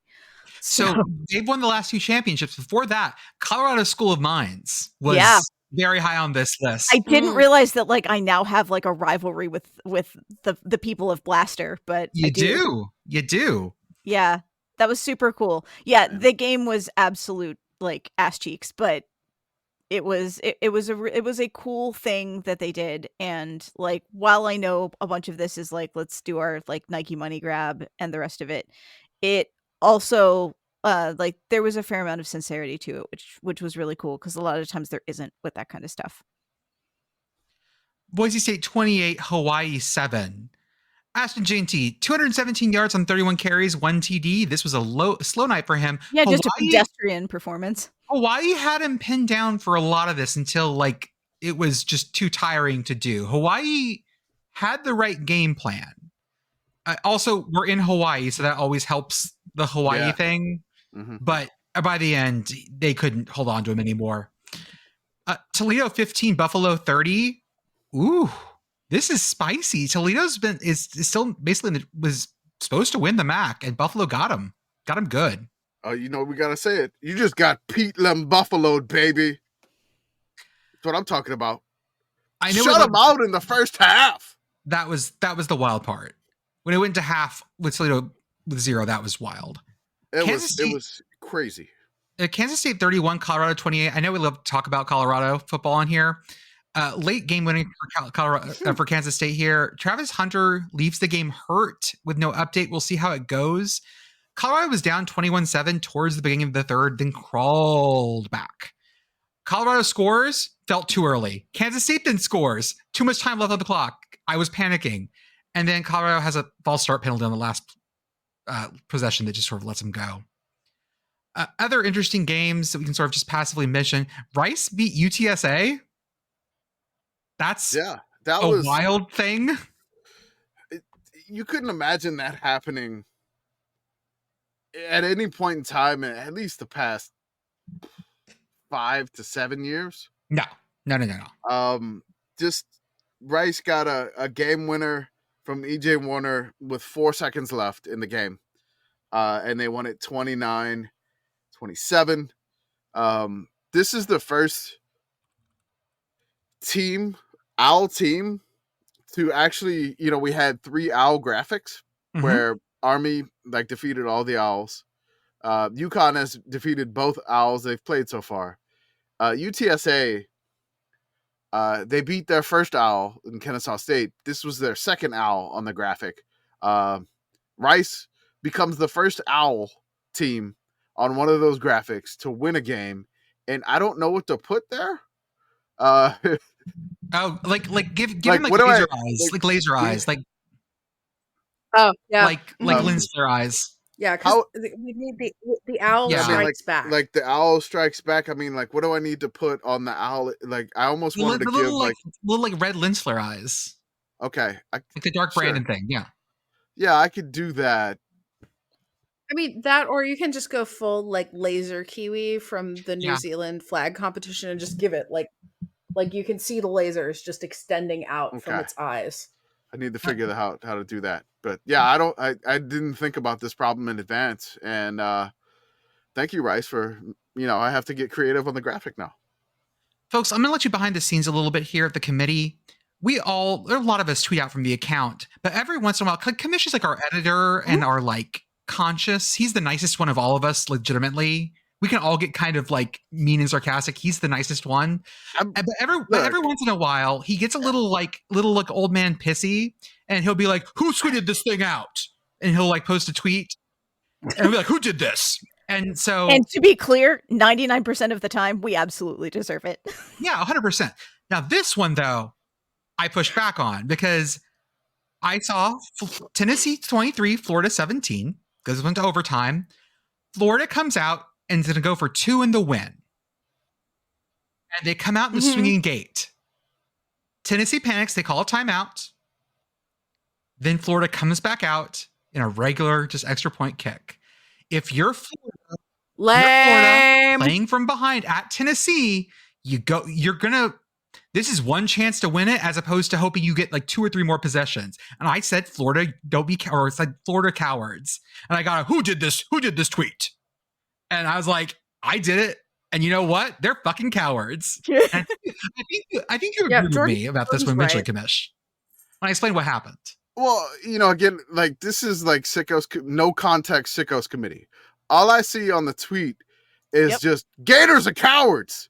Yeah. And I'm like, what the fuck happened? Like, what is this? Like, we tweet so much. There's no context. This is like no context sickos committee. And I'm like, who tweeted this? We could have been talking about Allegheny College. We're going to in a bit. Just wait. We're going to get to Allegheny College in a bit. I basically said, like, I was like, who tweeted this? I was like, y'all chill. Y'all chill. Y'all chill. And it's just like, Gators are cowards. And I'm like, what the what happened? I needed a little bit more like, if you'd have been like Gators are cowards, they should have went for 2. I would have been like, all right, fine. No, I didn't have any of that context. Like I was driving home and I had no context, and all of a sudden, like somebody just like yelling at us, like they wouldn't have got the 2 anyway. Billy Napier would have fucked it up, and I'm like, what the hell happened? Okay, that's probably true. That's still kind of beside the point. Like, come back with your sword or on it. Someone said that Billy Napier only had 1 2-point play, and they showed it. And so there was just not another option. They had to kick it because that's the only one they had. And that actually, I believe. Just give me context next time. Okay, next time I'll give you context. Okay, like, so next time what I'm going to do. I'll just reply. I'll put the tweet in and be like. Because I'm a shitty sarcastic person, though, what I'm going to do to you is I'm going to put Gators are cowards, open parentheses, context for Kamish. With 2 minutes left in the game, Florida went for a 2-point play when they should not have. It didn't go for a 2-point play. Didn't have. So, okay, that's fine. Yeah, they just Kamish context. I like this as like the it has the same energy as like passive aggressive academic. 100%. Yeah. Mm-hmm. Yeah. By the way, I think we can explain the call by Billy Napier was closely watching the Pitt Cal game. Penn State 33, USC 30 went to overtime. Don't want to talk anything about the game. Just want to talk about that James Franklin's favorite movie might be Soul Plane. Yeah. After the win, he tweeted a gif of Soul Plane? The classic film. Yes. Do you want the context? It has to do with the runway, right? I'm just curious about any context where the movie Soul Plane from 20 years ago would be relevant now. So the context for this is that because it is now Penn State has to take stupidly long flights for conference games because this is a thing that we all do now. And the runway in State College is not short enough for the really big comfy plane. They have to get on a bus and drive to Harrisburg to fly to LA to get on a comfy plane. UCLA flew right into State College. Yeah. Right. UCLA is not paying for the comfy plane. Well, they have to travel the most this year, so it's understandable. They did expand the State College airport and the runway to support bigger planes. It used to be worse. I don't know. I'm just imagining. I mean, maybe I'm trying to remember. It's Nishan Wade Airlines because they wanted it to be and like spell out NWA. Yeah. So the airline in Soul Plane. Maybe they fly just one route direct from Terminal Malcolm X at Los Angeles International Airport right to State College. It's the one route they fly. I'd forgotten how great. I'm just reading like the cast of this movie and the plot summary. I've forgotten how great that movie is. It's so good. Soul Plane has a lot of really good bits, and then some where it's like, okay, like this is probably wasn't okay then, and is definitely not okay now. The other game that went to OT at the exact same time was Purdue, Illinois. Illinois ends up winning this 50-49. They rushed the field because they beat Purdue. Woo! I'm always going to say rush. Honestly, right? Like rush the field, sure. Big passionate win. We are popping champagne for the second time this season. Look, you're Illinois, right? You're unexpectedly ranked. You're up 27-3 in the third quarter. You go through this dramatic Purdue comeback, the known killer of Purdue, who normally like reaches up and grabs somebody at some point in the year, no matter how good or bad they are. Purdue like takes down a ranked team. That's what the Boilermakers do. And you kind of thought that Purdue had it won because they were up 43-40, but Illinois was able to go in like 46 seconds to get a field goal to tie it to send it to OT. Purdue, not cowards. They went for 2 in OT, and they just didn't get it. They got sacked. That's fine. Like, it's fine. Fall on your sword. Purdue You died like men. Purdue, Pete, with your sledgehammer. You died like men, Purdue. Give a shout out there instead of Gators are cowards. This, by the way, next Friday night, or this coming Friday night, the 18th, number 2 Oregon goes to West Lafayette. Listen. Maybe Purdue got it all out of their system this week.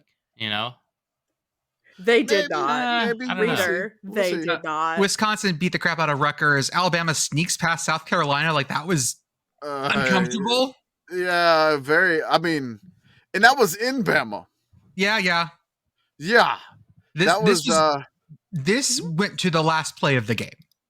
Because I watched this one going into Red River. This was uncomfortable. Yeah. It did. I want to talk about the end of this game mostly because I was getting really frustrated with the commentator specifically acting like the game was over after and I might not be recalling all of this correctly, but I'm pretty sure it was something like South Carolina goes down the field, they get their like miracle touchdown, they go for 2 to tie, and they don't convert. And the commentators are like, oh no, it's over. There's like 40 seconds left, and they're definitely going to kick the onside kick. And it's like, it's not over. They still have an onside kick to kick. Guy, why are you doing this? Which they did convert. Right. And they got outside. And like like they threw an interception the last play of the game. Like it was down to that. Yeah, it was anticlimactic at the end, but like they were very close. I would love to doing that the Alabama guy that intercepted it would have kneeled for a safety on a. So apparently he was very close to doing that. You could like see him thinking about it in real time. That wouldn't have been what would happen because of like his momentum would have carried him. Like he was already. You had to do something with that. People were explaining this to me. So okay. It was just like the momentum thing, and I was like, that's fine. LSU 29, Ole Miss 26. This was just as stupid as this game always is. This goes to OT. I love this so much because Ole Miss had this one in the bag. They had it. They did, and like LSU basically ties the game with like 20 seconds left. And then they win the game on the first play of their possession of OT, and then LSU fans rush the field, which, I mean, they had no business winning that game. No, not at all. But they did. Brian Kelly bullshit special. Brian Kelly, doesn't necessarily lose at home too often, which LSU at night is just, it's a thing. There's a voodoo. There's a weird... there are spirits. There's just something weird about playing LSU at night. Some weird stuff happens, and then, I'm gonna say I kind of enjoyed this just because the field rush was crazy. And they scored the touchdown, and then you see like dejected Lane Kiffin walking across the field to have to go he was so He was sad. like he didn't have anything in his hands, and it just looked like you told your kid you got to go to your room and clean you got to clean your room. You got too many Legos on the floor, and you got to clean your room. And he's just like, okay. He kind of reminded me of the Arrested Development gif, like of George Michael having to, and just like just dejected.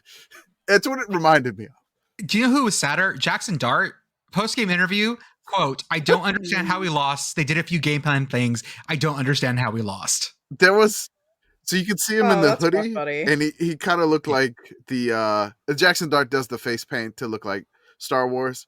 So they were making Anakin Skywalker references. If you look at that picture, there's a phone reflection because his phone is there, and you can see his face, like just like his mouth in the phone, and it's pretty funny to me. But fuck all of this because it's FCS time. Let's Game of go. the week. Oh, Dartmouth wins over Yale. Look, in overtime. Oh my God, I love this game so much. So what I do is that I do the quad box. I have the Apple TV quad box, and all I get is ESPN games on the Apple TV quad box because it's through the ESPN app. All I get is that. So Jordan's like, "What are you watching?" I'm like, "Anything that's on ESPN, I will watch. I will find it.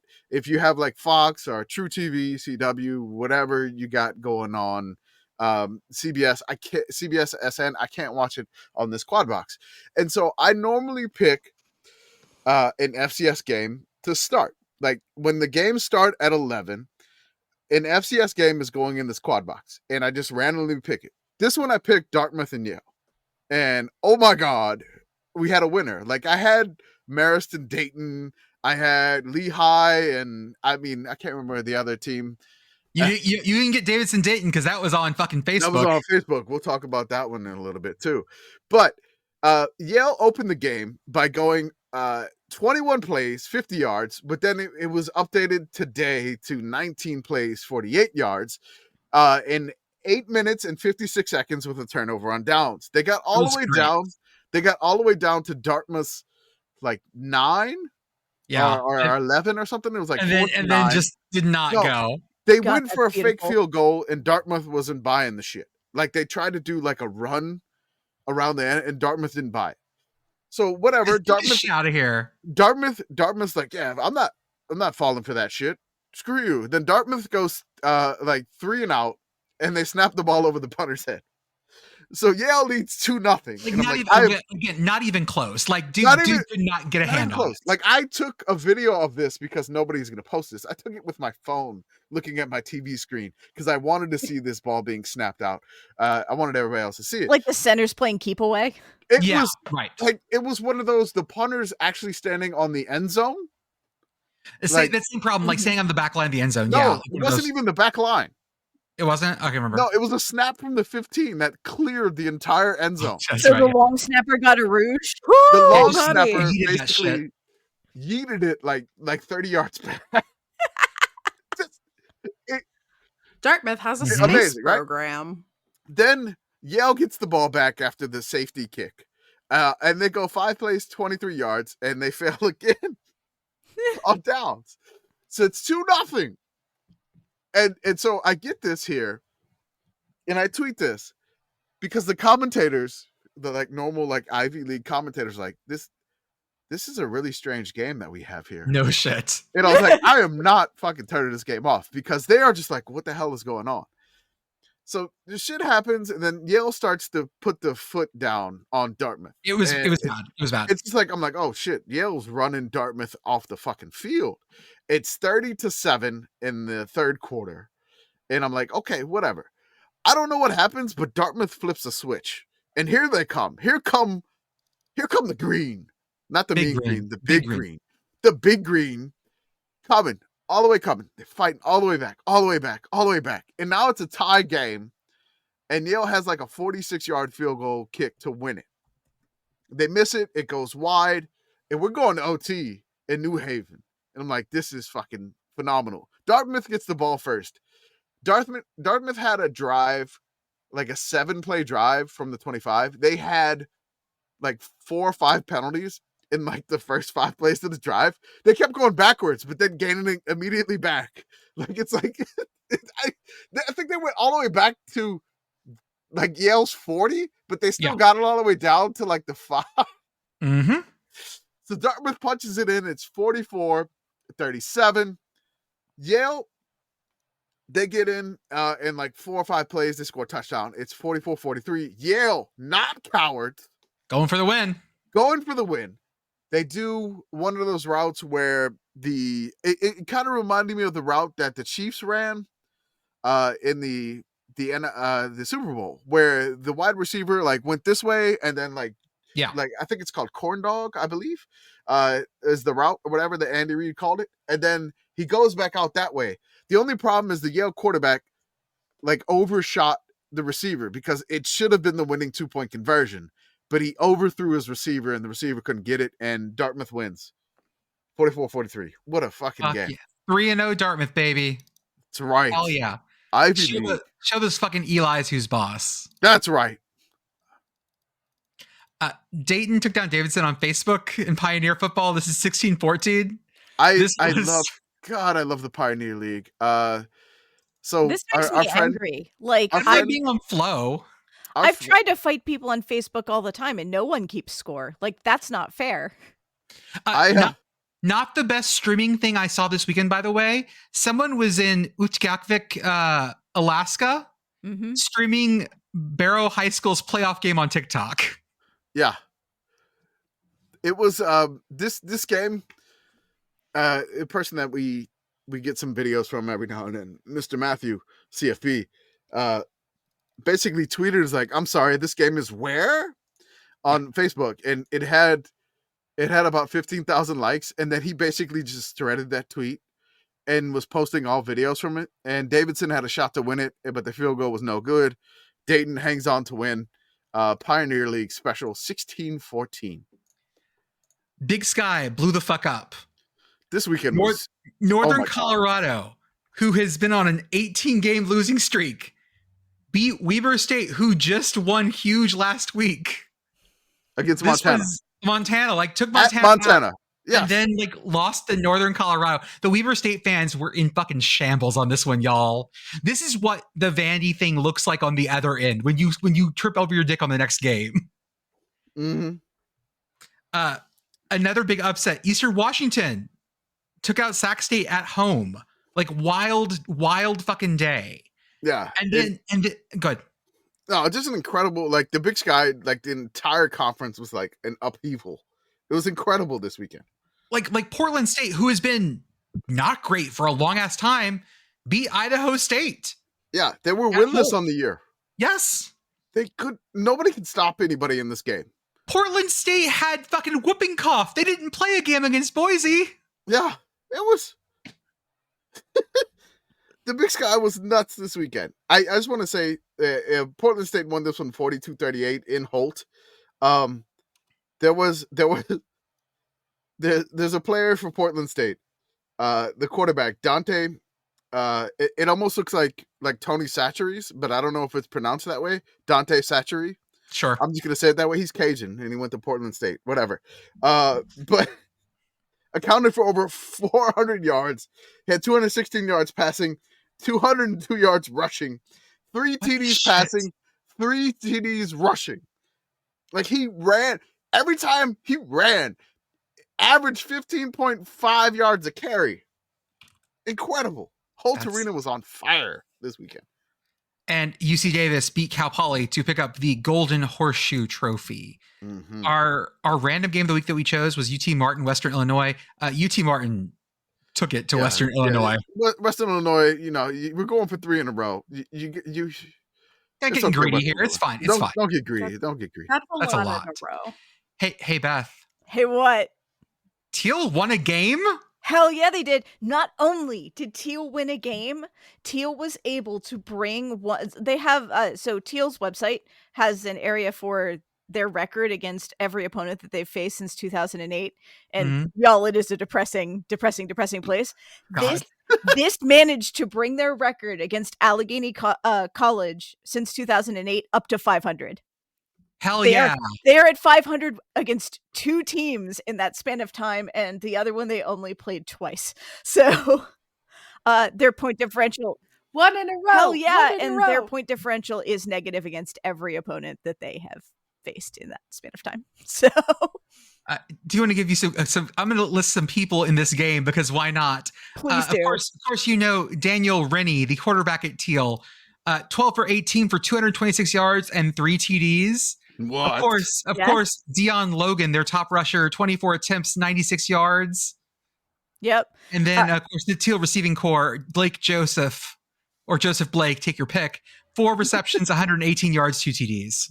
Joseph was on the other end of that terrible, terrible interception that I showed you earlier this year. So I'd love to hear things working out well for him. But yes, Teal won, and I am thrilled about it. Kamish, what are our spinach games this week? All right. Shout out to the Lord of the spreadsheets, Kevin, for these. Spinach game of the week. Maryland versus Northwestern. They had 10 points on 355 yards, and they lost 37-10. That was Maryland who did this. That was Maryland that did this. Yes, Maryland lost 37-10.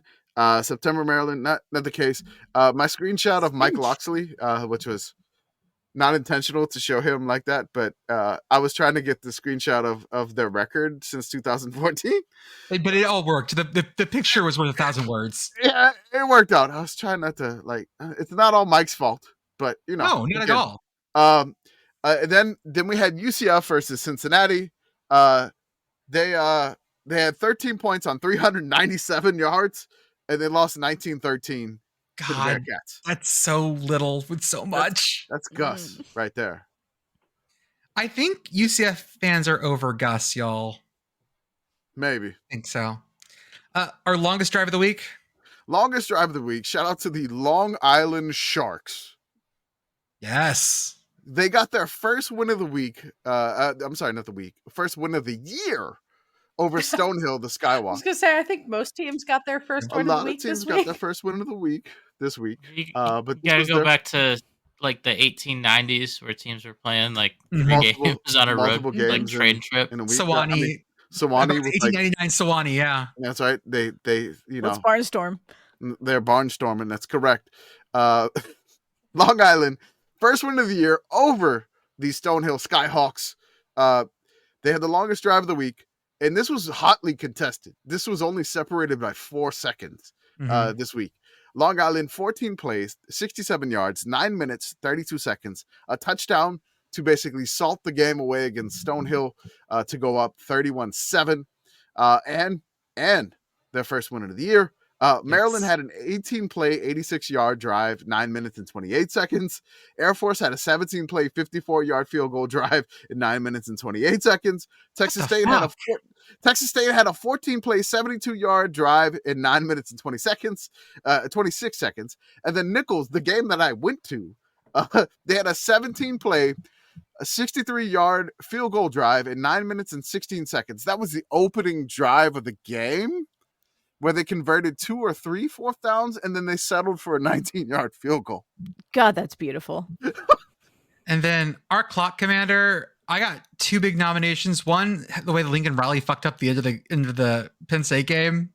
But the one I'm leaning toward is the entirety of the Ohio State sideline. Especially after the penalty, when I guess they forgot that the clock keeps moving. Yeah. And they're just like milling around like I mean, you can bust on you can bust on that last play and on the fact that like we slid with no time on the clock in the middle of the field, but just the whole like we're just gonna mosey on back to the line of scrimmage because surely the clock will stop after this penalty, which reader it did not.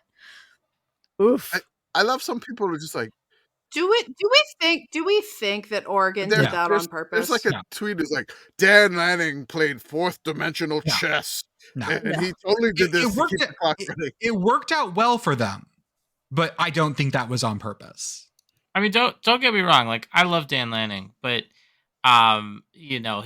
things have also not gone great for Oregon in game situations in the past. Bill Belichick, I would give Bill Belichick credit for doing something like this. Yes, I can't give Dan Lanning this credit.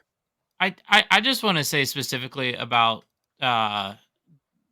what's his name, Will Howard, the Ohio State quarterback Ohio State, for Ohio yeah. State. Like he tried to slide. He tried to get down with a second on the clock. You know, like I don't think it was a bad decision. Like he was just a second late. Yeah. You know, like he was. Mhm.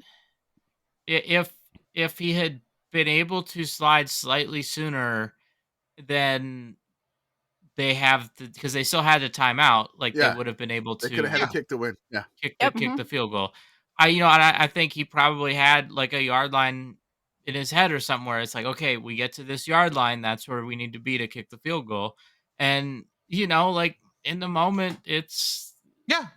No, No, it's an understandable mistake. I think Ohio State fans who are screaming at him, man, that's not the like. That was like an issue. That was not the issue. Yeah. No. And like the whole thing with the penalty, like I said, I'm not gonna give Dan Lanning credit for that. It just worked out well for them that they ended up burning more clock than they thought it would be. I tweeted out reminding that Oregon they were in an academic conference now and they had to learn to count better. But that's you're not that fucking lightweight Pac-12 anymore. You're in the academic world, buddy. Gotta love the engineering majors. Counting to 12 is hard, okay? Counting to 11 is hard. Folks. 1, 2, Math is 3, hard. 4, cat, dog, 12. Shit. Folks, that is the end of our week 7 recap. We will see you again on Thursday for week 8. Oh, hey, y'all. Do you know what day they're releasing the first day of the college football playoff rankings? Yes. Election day. All-time news dump right there. So it's election day, Maction, and the first college football playoff. And don't worry, we'll be recording. Yes. At the same time. Yep. Oh my God. We'll see you guys this week.